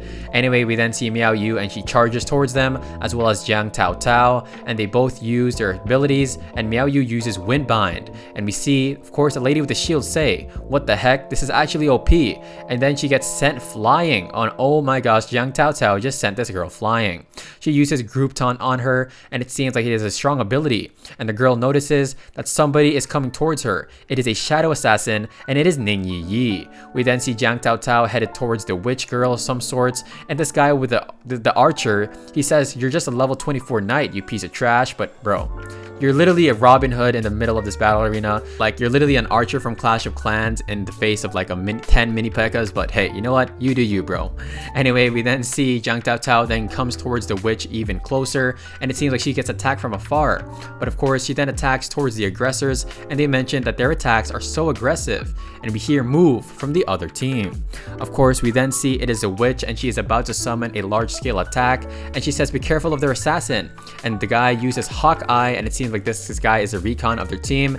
And yup, oh my gosh guys, he then notices Ning Yi come out of the shadows like she is Batman, and she is right behind the girl casting the spell, and she then gives a look of, oh my gosh, this is a pretty creepy but scary look, and you know that you're pretty much screwed if you see this behind you. And she has her sword out and her dagger, and she puts it on the witch's neck, and yup, she gets eliminated, and she is put outside the arena and down on the ground. This girl, the other girl on the team, yells out darn it, because of course Jiang Tao Tao and Ning Yi are preparing a double frontal assault. We then see they absolutely wreck the other teammates, and Lin Mo Yu is just standing there saying, the opponents have way too little battle experience, and it seems like they probably never fought with other professionals as well, so there's no need for a boy to step in. Everybody in the crowd mentions, what the heck, they're able to win even in a 4 against 5? He says that they're probably used to fighting inside dungeons, and their damage dealer was eliminated at the start, so they wonder how they could win. And yeah, they pretty much can't, because Ning Yi then puts her fist into the air, and she says, hey, we won. But it seems like Jiang Tao Tao is a bit gloomy, and I wonder why. I don't really know why, but Lin Mo Yu is definitely happy. We then see it is Duan Gao, and of course he is definitely exhausted from all of the buffs that he put against the team, and Jiang Tao Tao mentions that their opponents will definitely be stronger, and so they definitely need Lin Mo Yu to step in, and he says don't worry. And yeah, if you hear don't worry from an OPMC, best believe you're definitely want to trust his words. We then see it is a second stage in their second battle. We see a level 29 gladiator, a level 29 prophet, a level 28 mage of elements, and a level 28 Chilean elder. These are all definitely high level rankers, and of course the guy with the sword mentions they're all at the beginning of level 20, and the highest level is only level 27. And I'm gonna tell you right now, bro, Lin Mo Yu's level 27 is probably your level 1000. But anyway, he says that their opponents forfeit the previous round, and oh my gosh, guys, I thought this was Sung Jin Woo for a second. He summoned something, and oh my gosh, is this another Necromancer? Nope, just kidding guys, it is actually just a Shadow Beast summoner. And yeah, this guy's little beast here wouldn't even be able to compare to a literal ant on Sung Jin Woo's team, and I'm not talking about Beru, because Beru's just way too overpowered. Of course, Jiang Tao Tao mentions that this match won't be easy, and she is right, except for Lin Mo Yu, and so they all get into their battle positions. They then begin to launch their attack, and Ning Yi mentions that Shadow Beasts are the assassins of summoned beasts, and so they can also use stealth and see through her abilities, and so if she moves, the opponent will move with her, and she will get binded quickly. Miao Yu then mentions that they have no knight, so they can only attack and not defend, and their battle strategy is ineffective against them. And Jiang Tao Tao says, it seems like we might have to improvise, and Lin Mo Yu is just there chilling in the back like a Sigma Alpha boy, and yup, he's definitely waiting for the perfect time to strike. The guy then glares, and he says that Necromancer, he's not going to act, huh? And he then says they really are looking down on us, and just pause for a second. This guy literally looks like he's 60 years old here, but I guess that's what happens when you're always stressed about the MC. Anyway, we then see Jiang Taotao yell out disperse because her ability is going to be an area of effect 1, and yup, she then gets attacked by a frontal attack by this guy, and she says this is a powerful skill, and the guy comes right in front of her and he's about to slash her one more time, and she hits her shield, but Ning Yi manages to get away, and she says that she is bound by the Shadow Beast and she cannot escape it. But don't worry guys, oh never mind, we might have to worry because Miao Yu and Duan Gao are getting hit by this meteor from above, and of course Miao Yu can't keep up this healing stuff, but oh my gosh, Duan Gao is the literal greatest of all time. He pushes out Miao Yu, he takes the damage and he says, you're the team's healer, so nothing must happen, and he gets sent outside of the arena or the platform. Unfortunately, Miao Yu also gets sent away and he gets nervous saying, really bro, I just sacrificed my life for that, but hey, he probably didn't say that. Anyway, this guy yells out, it's already over for your supports, admit your defeat. However, Jiang Taotao just ignores him, and she then charges towards the 3 buffers in the back, but then one of the guys uses flame repulsion ring, and it seems like Jiang Taotao is sent into the air, and she is sent back towards Lin Mo Yu. Lin Mo Yu then says, leave it to me, and she says, okay, yeah, we'll leave it to you, and she lets out a sigh of relief.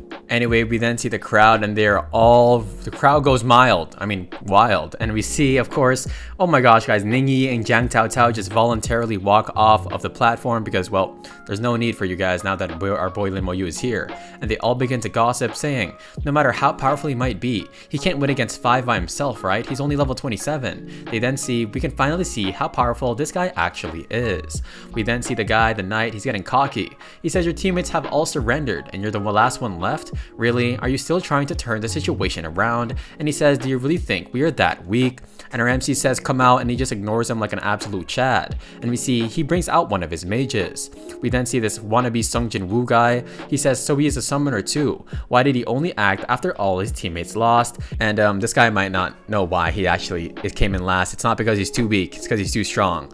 And of course, we then see a silver grade skeleton mage looking cool, level 27, strength 2700, agility and constitution 2700, and the spirit is almost 11,000. And of course, he then uses Blizzard Storm, and this guy gets attacked, or the guys behind him get attacked, and well, he says, heal me quickly, but unfortunately he then coughs out blood, and he looks back saying, where the heck is the healing? And he sees nobody behind him, and yup, look at this look in his face. It's the look of, oh crap, this is definitely not going to end well, and he definitely messed up. He says, what exactly is that summon? And everybody got sent out, and they're all wondering, what the heck, why did I get sent out of the match? Did we really get attacked by his summons? How fast is this dude's attack, and how strong are they really? Too strong, bro. The answer is too strong. Anyway, our MC is then standing there with his hands in his pocket as usual, and of course he sends more of these crystals towards the last guy standing, and look at this guy's face. He got completely, like, I don't know, he got freezed to death, and yeah, this guy just, that's why you don't be cocky, guys, especially in front of a Manhwa protagonist. Everybody then yells out cheering. This is a summoner of a Necromancer. This guy is awesome. He literally one-shotted this entire team, and they all begin to say, I really want to see him in the individual competition. Of course, Jiang Taotao then folds her arms saying, it seems like we need to let Junior Lin fight on his own because their extent of the abilities has been reached, and Miao Yu just nods in agreement. And where the heck did Miao Yu's glasses go? Anyway, our boy MC is now ready, of course, for the 3rd day, and these people are all talking about, oh my gosh, our opponent is a great Lin Mo Yu. They're calling him the Great Deity, and the Great Deity is an internet slang for the best and the top pro in a game. And yup, this guy then says, are you really worthy of fighting the great Master Lin? And he says, you're so stupid. And they then say, as they bow their heads to Lin Mo Yu, and he's kind of confused here. They then say, we admit defeat. They all wish that he wins the entire competition and becomes a champion. And our boy Lin Mo Yu is like, oh, alright. And yeah, you look at this guy's face, he's like, bruh. Anyway, we then see it is Ning Yi. We even see Jiang Taotao and Duan Gao, and he says, what the heck, why are they so direct? And Ning Yi mentions that these people are definitely aware of their own skill. And of course, the audience is like, really? They just forfeited? How could they do that? This isn't a competition at all. But trust me, even if they were to fight Lin Mo Yu, it probably wouldn't even last 5 seconds. The scene then switches back to Lord Meng and Wen, and he asks Lord Bai if that kid Lin is acting extravagantly. And of course, Lord Bai folds his arms saying, I want to let the whole world know that I am not to be messed with. But Lord Bai then says, and I'm just kidding, but having such a profile would invite enemies. and Ying Nation and the Holy Lands of Chengdu are not honest people. He then gives a very menacing smirk and a grin, mentioning, I didn't manage to find, of course, the little tricks that they were playing in the past. And he says if they dare to act now, this old man will let them know pain. And Meng Anwen mentions, is that why you allowed Lin Moyu to keep such a high profile and really pull in some popularity? Yup, it's definitely to pull in those assassins or those people playing dirty. We find out that of course he says that Lin Moyu agreed, and the reason why is because of Lin Mo Han. He says not just him, but the old man at the other side also agreed to let Lin Mo Han become the bait. And well, we then see Meng Anwen use his Sharingan, and this guy kind of has the eyes of Sukuna now. He says, I haven't killed anyone for so long, and it might be time to warm it up a little. And wow, guys, Lord Meng Anwen definitely is a calm dude when he's sitting drinking his tea, but he's not somebody to be messed with. We then see confettis up in the air on this blue, shining, beautiful day, and everybody is cheering because they really want to see this fight happen. And yup, it is the guy, Team Tang Jianfei, who of course lost to our boy twice in the individual and the team competition. He is a divine swordsman that is level 29, which is absolutely impressive, and everybody is cheering, saying, will he be the one to end Lin Moyu's legacy? No, he probably isn't, but anyway, Ningyi mentions that this guy really has the legendary profession divine swordsman, and he says, don't worry, I definitely got it. We find out that this is actually the evolved form of Feng Shu's profession, so this can be quite troublesome.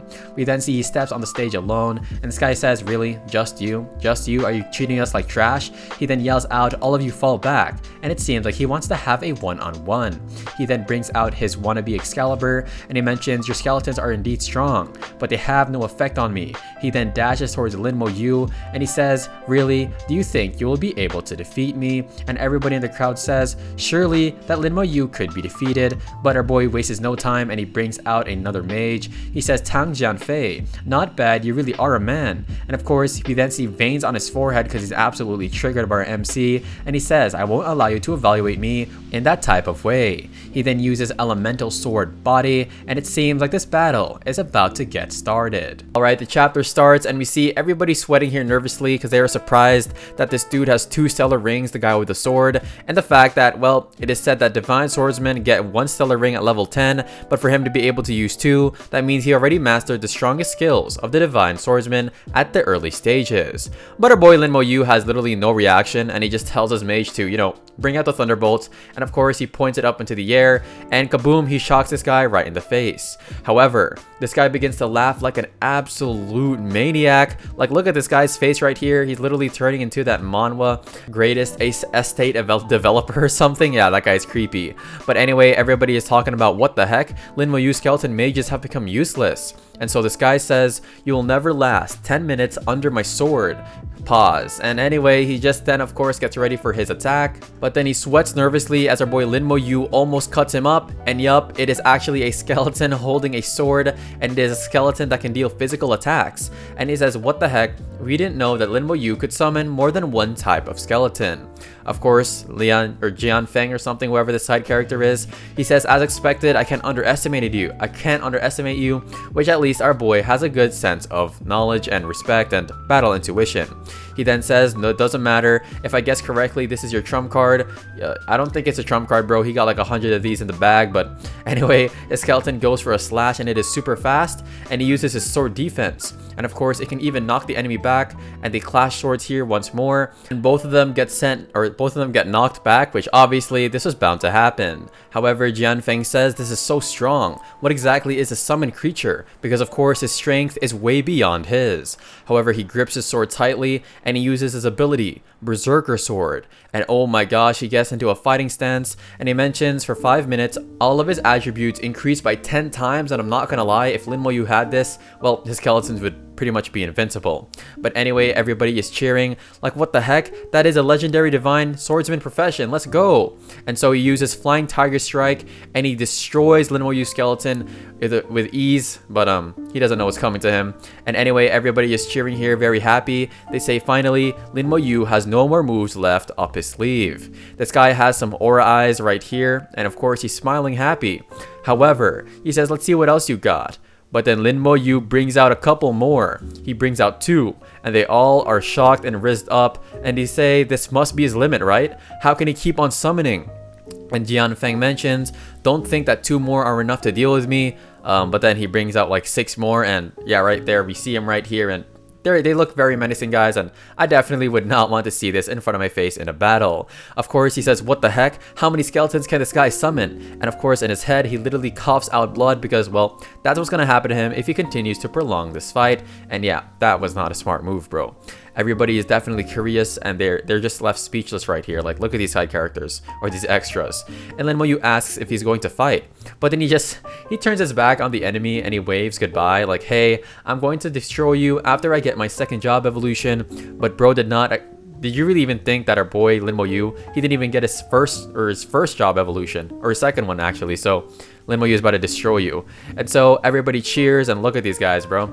They all are hyped knowing Lin Moyu is the strongest, and they say this dude really is invincible, and Necromancer pretty much is the strongest class, and yeah, I think we all know that now. Anyway, of course, Ning Yi then asks, hey, with such a stellar performance, people are going to start paying attention to you. And Lin Moyu says, yeah, it's whatever. And everybody, of course, is saying hi to him. And yeah, they've just become Lin Moyu's fans like us. Of course, Ning Yi asks if he is happy. And he smiles and he says it's really nothing. And of course, she says you should do your best in the final few matches, because of course the teams are powerful, and he smiles, saying he will.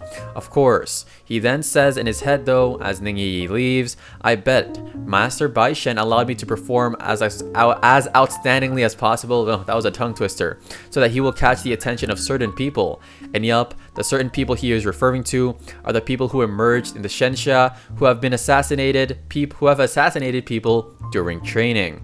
He then says, with a look of hope in his eyes and a look of revenge, well, not revenge yet, but he's going to get his revenge on these guys. He says, I would have failed as a bait, of course, if he acted very weak. Anyway, this guy yells out, everybody, look at that. And oh my gosh, we then see here on this sort of platform, it is a lot of beautiful golden artifacts, items and such. And this side character actually got a panel for himself. Congrats to you, bro. But you find out that it's a starter magic potion, and it can permanently increase, what the heck, all of your attributes by 200, which is kind of OP. And he mentions that the other one is a flash starter scroll, which can guarantee a new skill. And of course, the other things, if they are sold in an auction, would be worth 100 million gold, and that's crazy. And our boy just gives a look of Riz and he smiles because yeah, I mean he's gonna get all of these anyway. So he says it looks like those will be the champion's reward for this competition, and he already knows he's gonna get it. He then says with Ning Yi beside him, I will look at these items more closely once I become the champion. And yeah, bro, you're definitely gonna win. And of course, look at this guy with his eyes closed. Like this guy is just for sure the MC. And yeah, I'm definitely looking forward to our MC winning.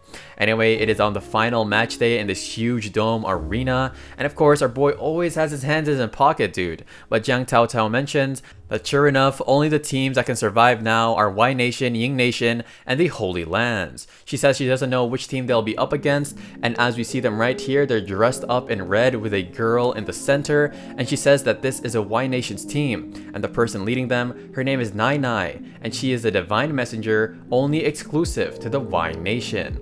We then see her right here, and I'm not gonna lie guys, she is pretty cute. However, she is a level 29 divine messenger, and she seems kind of sketchy.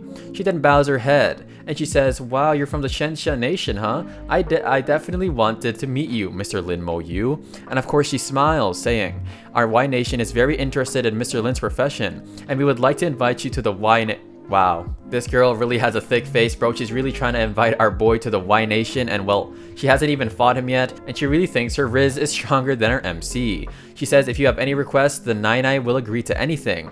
And of course, Miao Yu and of course Ning Yi and Jiang Taotao are like, bruh, really? This old hag, what the heck does she think she's doing? We then hear Get Lost, and of course Nai Nai then mentions, please consider my offer carefully, and the match will begin, as we see one of the dudes with a shield, protecting Nai Nai. We then see something begin to form. It seems like she has a summon right behind her. Oh my gosh, this thing looks kind of scary, guys, and it reminds me of the dude from Mushibugyo. I don't know if you guys know that anime, but anyway, or Madara, I don't know. And Lin Moyu puts up one of his summons as well, and it goes to attack this sort of snake creature like Orochimaru, and then boom, it just starts to eat all of the ice crystals that is sent his way. And Nai Nai says, this is our Y Nation's human-faced snake deity, and it can devour all your elemental attacks, so his attacks are all useless. However, our MC just really doesn't give a crap, and he has something in his hand. It is a burning soul blaze, and of course he summons more skeletons. He says, let me try physical attacks, and she says with a cocky face, of course I have already studied your attack strategies in your records, so I already have a strategy. She then uses her skill, Divine Spirit Possession, and look how cocky she looks here. She literally summoned just a pig, and we're about to eat this dude for lunch or something, guys. Anyway, we then see it begins to possess one of her comrades. What the heck is going on? And now she uses group taunt, and it seems like our MC skeletons cannot break through this guy's barrier, but he still gets sent flying a bit. And of course she begins to sweat like all of the characters after underestimating our MC. She says, what the heck, they can even knock back somebody possessed by a strength deity. And then of course we then see one of the comrades use her ability, skill, possession strengthening. And of course, this guy yells out in rage, but bro, this isn't gonna matter. And anyway, everybody in the crowd are like, wait, what the heck? What is this? What is this awesome profession? Lin Mayu skeletons are all suppressed. I think these guys are blind. But anyway, she then says once more, like, of course, why do these girls always do this in manhwa or anime? Like, this is like that it's like a default face, but whatever. She says that it looks like your skeletons aren't listening to you anymore. But her MC says, what? I didn't even give them any commands. Did it make her really confident? Yeah, you know you're messed up when the skeletons didn't even have any commands, and yet you're about to get wrecked. But anyway, he scratches his cheek, and we see she summons another type of divine spirit, and of course it then possesses one of the mages with a scepter. There we then see is 4 of his skeletons that are being restrained right now, and she smiles like she is like, bro, look at this girl, she thinks she's the main character or something. She then says your elemental attacks are useless and your skeletons are suppressed. That means you have lost. But their MC smiles, saying, is that really all you've got? And of course she has a look of awe because she really wonders and thought that she definitely won this battle. However, chains then appear around her suddenly, like it is Karapika and of course Uvo, and yeah, you know this is a reference, I think. Anyway, she mentions that this is a curse and how they can't break free from it, and our boy MC just walks up like he's about to order something from McDonald's right here, guys, and she says, what the heck? What's going on? Everybody is yelling, and they wondered how he could turn the tables. Our MC then says, your profession skills are useless against living people, right? Because of course he's talking about the divine profession and possession. And then, oh my gosh, her comrades or subordinates are not real people, they're corpses. And she says, how the heck did you know? He then says, because I'm a necromancer. And he then loads up his soul blaze, and well, this girl's heart, it's about to get set ablaze. And no, we're not talking about Demon Slayer here, and you know, she's gonna die. She then yells out to all of her subordinates, or summons, I'm guessing, or whatever. Wait, what the heck? Is she a necromancer too? Oh, no. I guess they're just lifeless corpses. But she says, all of you move. She says, and we find out that they were actually her puppets. And everybody mentions that that's why they all felt so stiff. Anyway, she then begins to get soul blazed up. And oh my gosh, it seems like some of her clothing is getting removed. Alright guys, we gotta get to this panel fast. Skip through this quick. And she mentions as she looks at her hand, I lost? And of course she wonders, is this a pain that feels as if my soul is burning after one of the necromancer skills? She mentions that if he was on the Y Nation, then the Y Nation would be great. And it seems like the Y Nation is losing its manpower or something. But anyway, we then hear the cheers of everybody yelling, Lin Moyu's team wins this match. And yet Jiang Tao Tao says the champion of the team match will be decided today, and she doesn't know who they are going to face.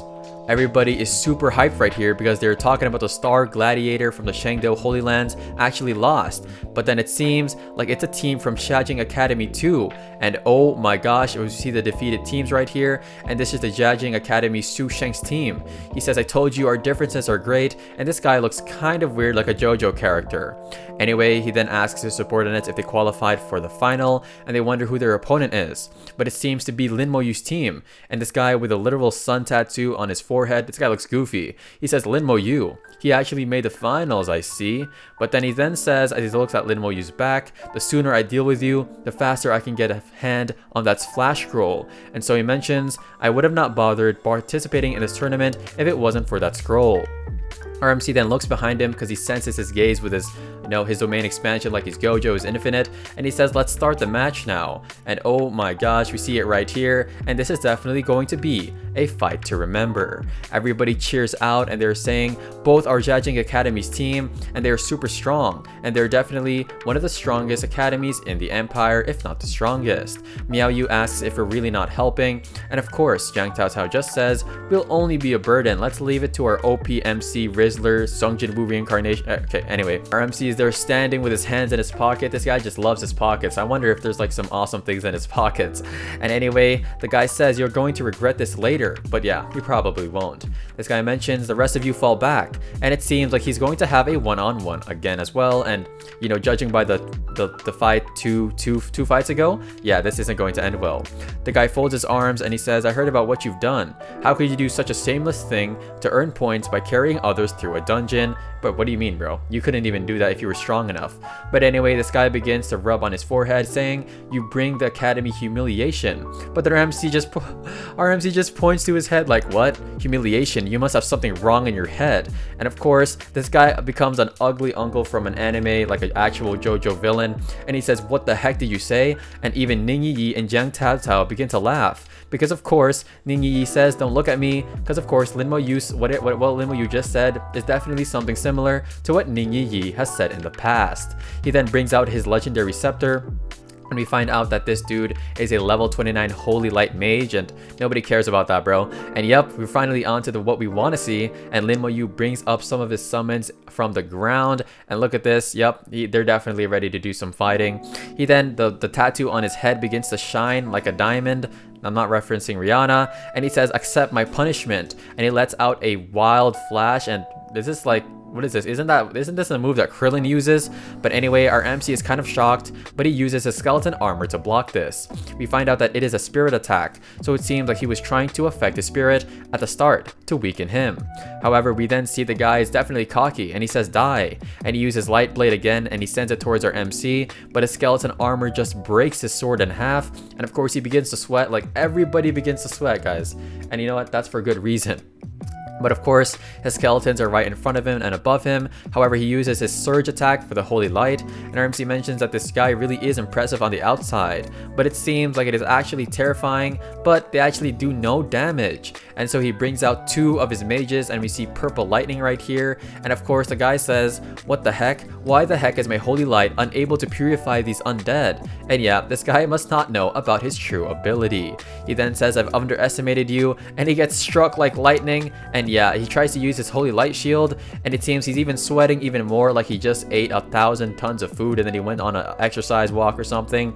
But we see purple lightning attack him from above, and well, let me just spoil it for you guys, even though this is the end of the video. Yeah, he definitely got wrecked. The chapter starts, and oh my gosh, this guy is getting blasted to the ground. He yells out saying, how the heck can I lose here? And yep, my boy just gets electrocuted by the lightning. I don't even know if that's the right term, but whatever, he just gets wrecked. However, guys, wait, what the heck? He uses his Holy Light armor, but guys, this guy really thinks this is gonna work. And look at his face, this guy really thinks that he's going to be the one to beat Lin Mo Yu. And our boy Lin Mo Yu is literally looking at him with a death stare, and yeah, bro, this guy is gonna get absolutely destroyed.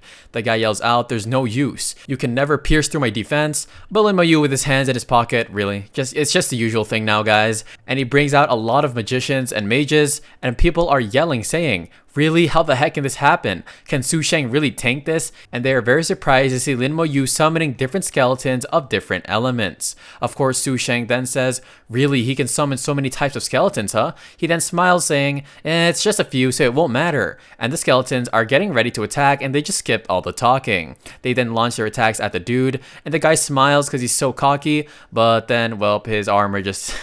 Guys, this is why you don't never be cocky. His armor literally begins to crumble, and our boy is stripped naked, and he's about to get hit with purple lightning, fire, water, and ice. Yup, he is on the ground here, and I'm gonna point some arrows to where he is, and they all say the legendary Holy Knight Mage, which literally counters necromancy, just got destroyed, and they wonder how many legendary professions Lin Mo Yu has defeated. Lord Bai and Lord Menang Wen are very impressed, but of course Ning Yi's grandfather says, keep that brat away from my granddaughter, and we see an image here of him getting absolutely furious.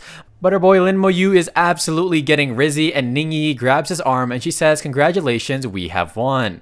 We then see a sort of tornado begin to appear, and somebody dripped out in some fur coat. Oh my gosh, my guy probably came from the Himalayas or something. And of course, he just spawns in behind them.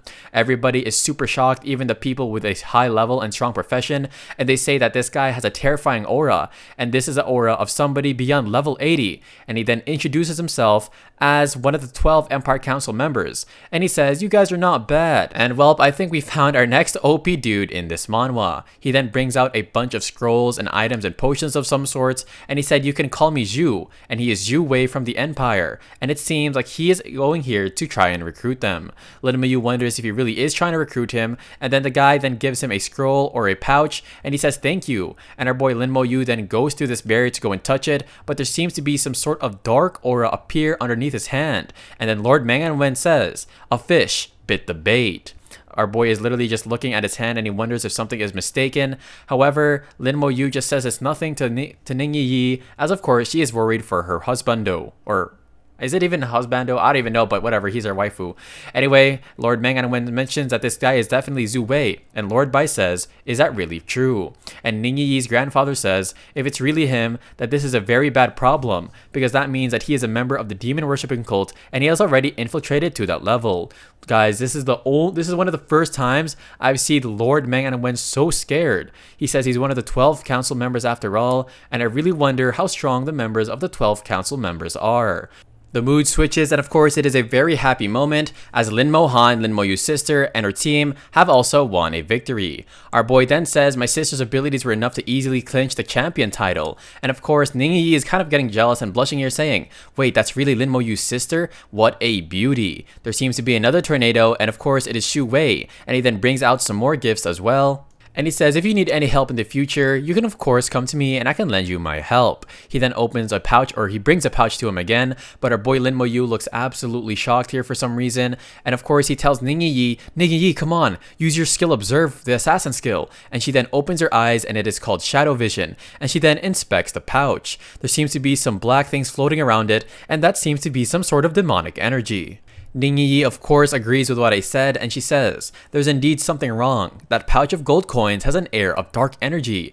And she says it's similar to the aura of the Abyss, and well, if it's the Abyss, then our boy MC is probably going to go there and just clear everything, but anyway, it might be dangerous for them right now. His sister Lin Mo Han is then of course looking very beautiful, sorry, but she is also looking quite suspicious of this, and she goes to receive the reward. Ning Yi mentions that it is now flowing on the wrist of Sister Han, and oh my gosh, it is also on Lin Mo Yu's wrist as well. And I'm not gonna lie, this looks kind of sick. This is kind of like, if it was a power, this would be kind of cool to have, but of course it's some sort of demon attachment or something. Lin Mo Yu said that his guess is correct. There are a group of rats within the human race, and all of them worship the Abyss Demon King, and they want to help him invade the human world. And we see a shadow of him right here, and this dude looks absolutely gigantic, enormous, bodornous, if that's even a word. Lin Mo Yu's sister is just there, and he says in the individual match, he hopes that his sister and him can catch the big fish, and it seems like they're not so dumb at all. Later that night, and by the way, I really like this, guys. I'm not gonna lie, the design of the stadium, I just think it's absolutely fantastic. Oh wait, what the heck? There's a strong wind hitting the city now.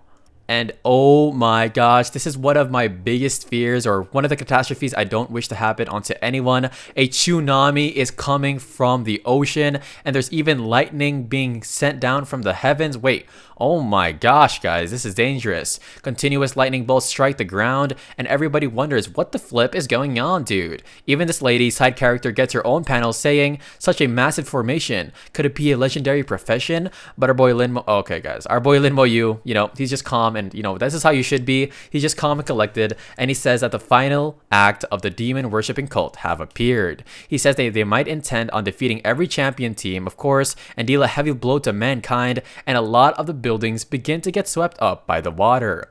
People are in turmoil and in despair, and they wonder what are they going to do, because of course they have nowhere to run. We then see these evil, ugly, black robed creatures wearing masks because they're so ugly and demonic. I did not have to roast them that hard, but anyway, they're then floating in the sky. And our boy Lin Moyu says they are all over level 70, and look at them, they look so pretty ominous. We see destroyed buildings, and we see that the guy leading them is at least level 80. He says he's at the same level as that council member Shu Wei. Everybody is obviously in panic, and there seems to be some knights and they aren't in panic, or they are, but you know, you have to stay strong in the face of war and adversary. And the guy just says with the mask, kill, and what a scary command. We then see them, they all launch away towards the enemies or towards the good people, and they're literally wrecking them one by one, and there's even an abyss monster ocean creature, and they're all ready to destroy the good people. However, we even see it is Abyss Demon King replica, and they are so happy and they really want to eat human flesh, but it seems like the people that are going to defend, which are all the people who participated in the tournament, says prepare to engage because they are demons as well, and Lin Mo Yu is loading up an attack because he is very furious. We then see there are a bunch of bats right above him, and of course these bats are about to get turned into soup. Actually no, never mind, I'm not gonna say that. But anyway, Lin Mo Yu says, I've been waiting for you a long time. And of course the guy says in his head, your fate has been decided. But trust me bro, you don't want to say anything to the MC of a manhwa because you're gonna become the meal. You're gonna become the dinner for our MC. The guy then turns his head so fast like his mom caught him watching ASMR, and oh my gosh, it is Lord Bai. And he says, it seems like you anticipated my arrival. Council member Shu Wei. He then takes off his mask and he says, I know I couldn't hide from you, Lord Bai. And he says, it looks like you made preparations. And of course, this old man probably ran away from Lord Bai in the past. And he says, if I didn't have support, how the heck would I go ahead and incur Lord Bai's wrath? He then summons an Abyss Demon King, and hold up, this doesn't really look like a Demon King, but anyway guys, it actually is, and this is a Demon King Succubus. And of course, Lord Bai mentions, it seems like the Demon King Succubus is here as well. He says, I was wondering who could make a top level 83 become their lapdog. Of course, the demon then says, and I'm not gonna lie, she is not a waifu guys, do not get any ideas. He says, or it says, or she says obviously, it's a shame that this Demon King couldn't bewitch Lord Bai. And Lord Bai says, since you're here then stay. He says, you will pay the price for attacking the Shensha Empire, and you never mess with Lord Bai. And she tries to rizz him up saying, I only came here to kill somebody, I will leave after that. But yup, you're not gonna kill anybody on Lord Bai's watch. We then see it is another Abyss Demon King, the Flame Demon King, and Ning Yi's grandfather is absolutely infuriated, and I'm pretty sure that there's going to be a lot of chaos here tonight. She then smiles and she says 1v1 it's fair now, and she then breaks the barrier on the city, and all of these demons start to flee and come after the humans. However, the guy that Lin Mo Yu absolutely wrecked before says, I didn't lose the competition because of me, I lost because of Lin Mo Yu. And of course, our boy is actually, you know what, shout out to this guy, he's going to defend the city. They then go to attack him, and this girl tries to bewitch her, and she says, the final struggle before death is the cutest. And she then oh my gosh, she just licks her lips, and this is one perverted demon Abyss Succubus. But Lord Bai, of course, he's not getting rizzed up, and he says there's always meaning to the existence of geniuses. And then oh my gosh, he then puts up a crazy big barrier, and we then see it is a Shensha Empire, and chains are of course protecting it. And the girl, the demon, instantly changes her expression, and she says, oh my gosh, it is the main body of the Shensha Tower, yup, and Meng and Wen has arrived, and she says that they have been tricked. They then break the barrier that was put up by the evil people, and look at this. Oh, this is literally like a second sun. Look how red this is. I would be super scared if I saw this, or maybe super amazed. Rays of light then shower Lin Mo Yu, and he says Lord Meng and Wen is using the power of the tower. And this demon succubus says, what did all of you do? And well, it's too late because Lord Bai just activated his skill, Divine Overlord Fist. He uses Heaven Shaking Punch, and our boy is literally Saitama right now. Wakao, and this girl gets sent flying. And Lord, oh no, it's not Lord of Meng and Wen, it's somebody even scarier. Or maybe he's not, I don't know if he's scarier. But anyway, Ning Yi's grandfather uses Flame Dragon, and there is a whole literal dragon going up against them. And yup, we then see some people get teleported, and it is the rest of the cavalry. He says, give no mercy to those who offend Shensha, and it is a general. And of course, this demon succubus says, no way, this was an ambush. Otherwise, why the heck would the main Shensha tower appear? And they say, this battle is one they're going to lose. And look at this dumb little lady, no offense to ladies, but she tries to run away. And we hear you can't escape as a big hand is going over right above her. She then bites herself, saying she needs to sacrifice her blood in order to open the door of the abyss to try and run. And that is exactly what happens as a black hole appears out of nowhere. And of course, it seems like the hand is about to touch the entrance, But oh, it seems like they got away. We hear, "You old thing, this is a city of humans. If I make a move here, I wonder how many people will die." And the grandfather of Ningyi and Lord Bai are kind of shocked by this. And they think that this is the Demon King, and he says, "You will definitely die next time." And next time, bro, our boy Lin Mo Yu is going to be OP, so don't be saying that. We then see that this Abyss Demon scoops up some of his allies, and he then teleports away, and just like that, he is gone. We are then now in a battle space, and it seems that Lord Meng and Wen is about to start the individual competition. Of course, Lin Mo Yu smiles, saying, "Although I know that they and Lord Bai will make a move, I did not expect that." And he smiles because, of course, they're definitely watching out for Shenxia country. We then hear level 20 to 29 professionals will face level 32 abyssal monsters, and of course there are 7,520 in total, with of course some level 35 abyssal demons. And killing abyssal monsters will give you 1 point, while killing the demons will give you 100. And there's 2 rules. One is, obviously guys, it's stay alive, and 2 is that the ones with the most points will be crowned a champion. And wow guys, they really just made this catastrophe into a challenge, and that's pretty smart. Of course, he sees Su Sheng here, and he smiles, saying, "I want to compete with you again, Lin Mo Yu." And this guy says, "You are definitely no match for me, the Holy Light Mage, in killing demons." I'm not gonna lie guys, although this guy's personality was bad against Lin Mo Yu, honestly he seems like a pretty chill dude who just wants to have a good battle and become OP. Lin Mo Yu then says, "I hope he can get more of them," as he literally puts his hand on his neck. And yeah, our MC is just doing all these MC poses, and I'm all here for it. The match then begins, and wow, look at all these demons running to their death. But anyway, Xu Shen then uses his holy light, and our boy really thinks he's a light on top of a hill or something. And yup, they get absolutely incinerated. And he lets out a huff, and he says, "I destroyed at least hundreds in a few moments. And yup, nobody will be able to compete with me." But he looks to the right of him, or to the left of him, and he says, "Lin Mo Yu."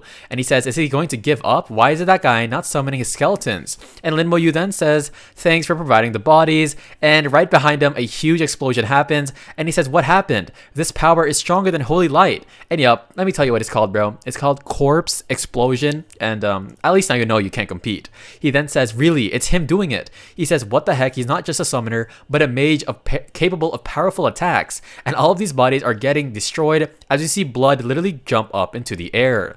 Lin Mo Yu clenches his fist, and he says, "Now it's just time for those garbage demons." And everybody is sweating and panicking, saying that the points for killing demons are 100 times that of monsters. And Su Sheng gets absolutely, he becomes pretty much insane, and he's craving for these demons. And he says, "As long as I kill enough, I can still turn this competition around." And yup, holy light armor. And honestly guys, if Su Sheng was the MC, if our MC had like a holy light ability as a necromancer, that would be sick. But honestly, W Su Sheng, I don't hate him anymore. But then he then stops, as right behind him, a scary big large demon. Yup, it is our boy's Abyss General. And yeah, he's just absolutely scared, and he then jumps and he launches towards the enemies with the chains, obviously trying to keep the bats on top of the air.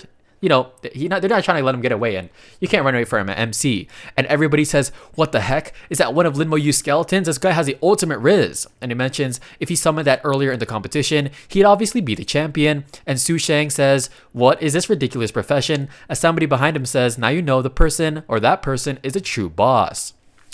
His summon then begins to slice these demons up one by one, and Lin Mo Yu begins to absorb all the energy, as we see him right here. And guys, he became a 3-star lieutenant, second lieutenant, and everybody mentions how many demons have this guy actually killed. And the guy behind Su Sheng is literally checking up on him, and he says, "Wait, you're a 1-star private, dude?" And he begins to make fun, saying, "Really? I was wondering how good you are." And this guy is a 3-star private. He even has 2 stars. Oh my gosh, he even has a lower profession and more stars than him. And he then mocks Su Sheng, and of course he begins to laugh. He then says, "If you have the skills, chase after that person." He says, "What's the point of chasing after me?" And then he sighs, and of course, look at this little cute panel. He says, "You know what? Don't even chase after Lin Mo Yu. It's probably impossible in your lifetime." And yep, I definitely agree.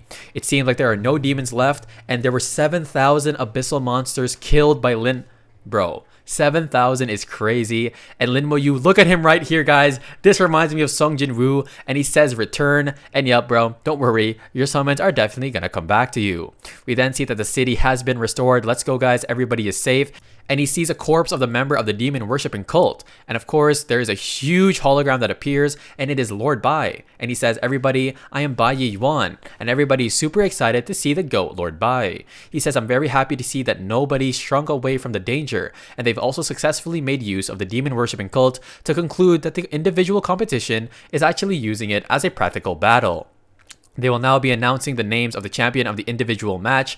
And yup, it is Lin Mo Yu from the level 20 to 29 group. And he has his, guys, he always has his hands in his pocket, but it seems like he got some pretty good rewards. Of course, Lord Bai mentions, furthermore, there will be a challenge match tomorrow. And those who are interested may participate in it, and there will be extra rewards as well. And our boy Lin Mo Yu is definitely going to sweep the competition, but I really wonder if he's going to go up against his sister. His sister is now here, and she says, Mo Yu, are you alright? And honestly, guys, I don't want to say it again, but his sister is super beautiful, and that's why our boy MC is super handsome. But you know it's going to be absolutely awesome once we see their parents, because their parents are probably like supermodels or something.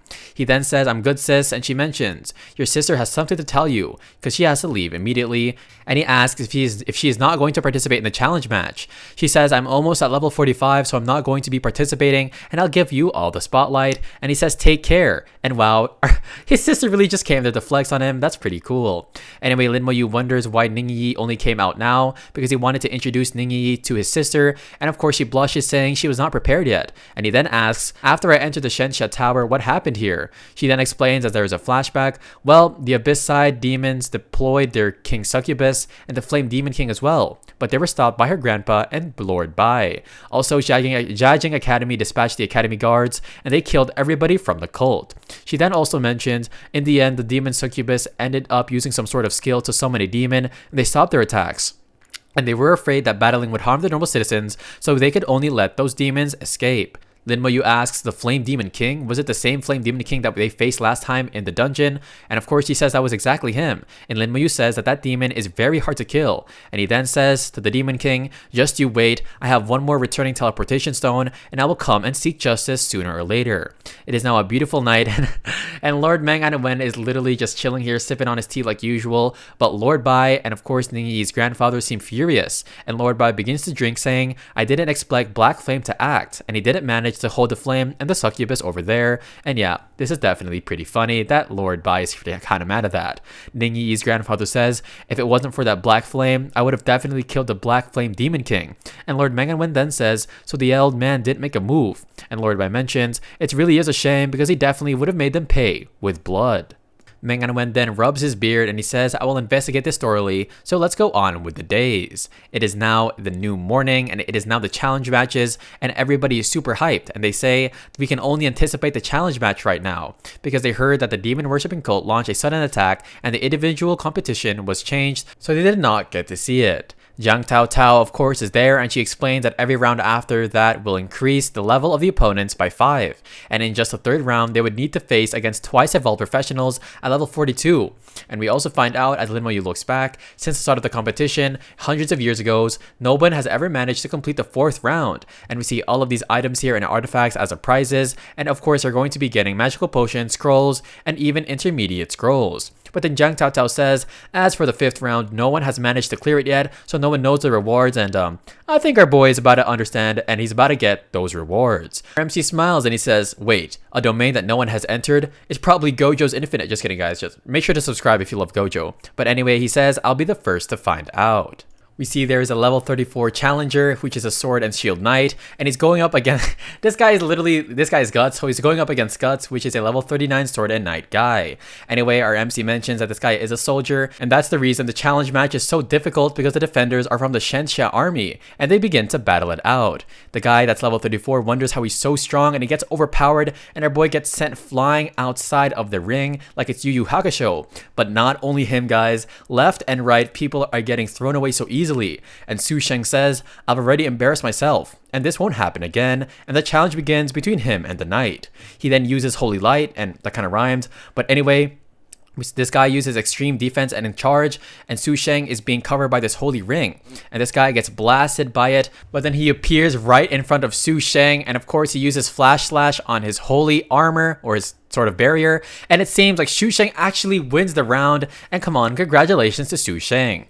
He smiles and he says, a while longer and my shield would have shattered, and he says, I was very fortunate to have won, but come on bro, you know what, fine, yeah, I guess you were fortunate. He then looks back at Lin Mo Yu, and he says, my main target is Lin Mo Yu, the Necromancer, and because Su Sheng could even clear the first round, he might be able to get to the second, but some people say that it is impossible because nobody has done it for hundreds of years, and our MC's opponent is a level 32 mage, and of course since our MC is a higher rank, this guy bows down and says, Lieutenant sir, please excuse my actions, and Lin Mo Yu just looks at him like, yeah, don't worry bro, it's just fighting, you know, there's no beef between us, and come on, let's get to the action. Everybody is so confused because Lin Mo Yu is literally a soldier, and that guy is greeting him like he is a superior, and they say, oh my gosh, he actually is a 3-star second lieutenant, and everybody mentions he's only levels 27, and how the heck did he do it? We then see these guys spare no time wasted, and this guy launches up an attack with his fire, it seems. Our MC brings out 2 of his summons, a skeleton knight, and of course a mage. And we see that flying rubble begins to attack him, but the skeleton parries it all away. The skeleton jumps on this dude, and he then uses magic shield, and he is already sweating. But he seems to have negated our boy Lin Mo Yu's attack. He then uses mystery fiery ring of resistance, and of course it seems like our boy is successful in protecting himself. However, oh my gosh, some of his magic shield was shattered. And our MC says if it was other people, they would have lost already. And this guy is definitely pretty strong. He then commands these other skeletons to go ahead and attack. And the guy is definitely alerted. He then puts up another barrier and he begins to put, or he sounds down like some launching light sort of meteors, I'm guessing. And our boy Lin Mo Yu is kind of surprised by the skill, which is actually pretty cool. And we find out that battlefield skills are exclusive to soldiers, and they are used in conjunction with battlefield equipment. And different levels and different professions will have different battlefield skills. The guy then smashes his staff on the ground and uses fiery cage. And of course, all of his skeletons get burned up, but our MC just literally smiles and he says, ooh, a skill that comes with the area of effect control, and so he brings out more of his summons. This guy is absolutely fascinated, and he says, really, you're not giving me any room to breathe, and so he casts up another spell, but he gets sent flying by his skeletons, and yup, our boy Lin Mo Yu wins the round with his hands in his pocket, and I'm pretty sure he didn't even move a step. Everybody says, what the heck, Lin Mo Yu breezed through that round, and they say, yup, that's right, that soldier mage army was already strong, and he did not expect him to still lose to Lin Mo Yu. Su Sheng then, I don't know, clicks his tongue, and he says, really, come on, stop giving him too much praise. And honestly, envy is a hell of a drug, but honestly, Su Sheng, I feel like he's going to become an ally in the future, we never know. Anyway, the administrator then asks Lin Mo Yu if he would want to continue, and our boy Lin Mo Yu just gives him a side eye, like, yeah bro, what the heck do you think so? Or what the heck do you think? And now he's going up against a level 37 Sword Shield Knight. We then see that it is about to start, and the best way to deal with summoners is to defeat the summoner himself. So the guy uses charge, and he goes to attack one of Lin Mo Yu's skeletons. He then gets hit by the attack of his skeleton, and he mentions that it won't be easy to get close because he says, how the heck is a skeleton so strong? And then he takes another blow, but he splashes, or what the heck, he smashes through 2 of them, right through them. And he says that he has a good chance now, but Lin Mo Yu mentions that it really is useless because he recalls the skeletons and he summons them once again. Of course, this is a kind of OP skill, and our boy Lin Mo Yu is definitely going to win this battle. Hey guys, make sure to comment down battle if you guys made it all the way till the end. Make sure to check out these other awesome manhwa recaps that I know you will enjoy. And without further ado, make sure to smash that subscribe button. We are so close to 20k, and I'll see you guys in the next recap.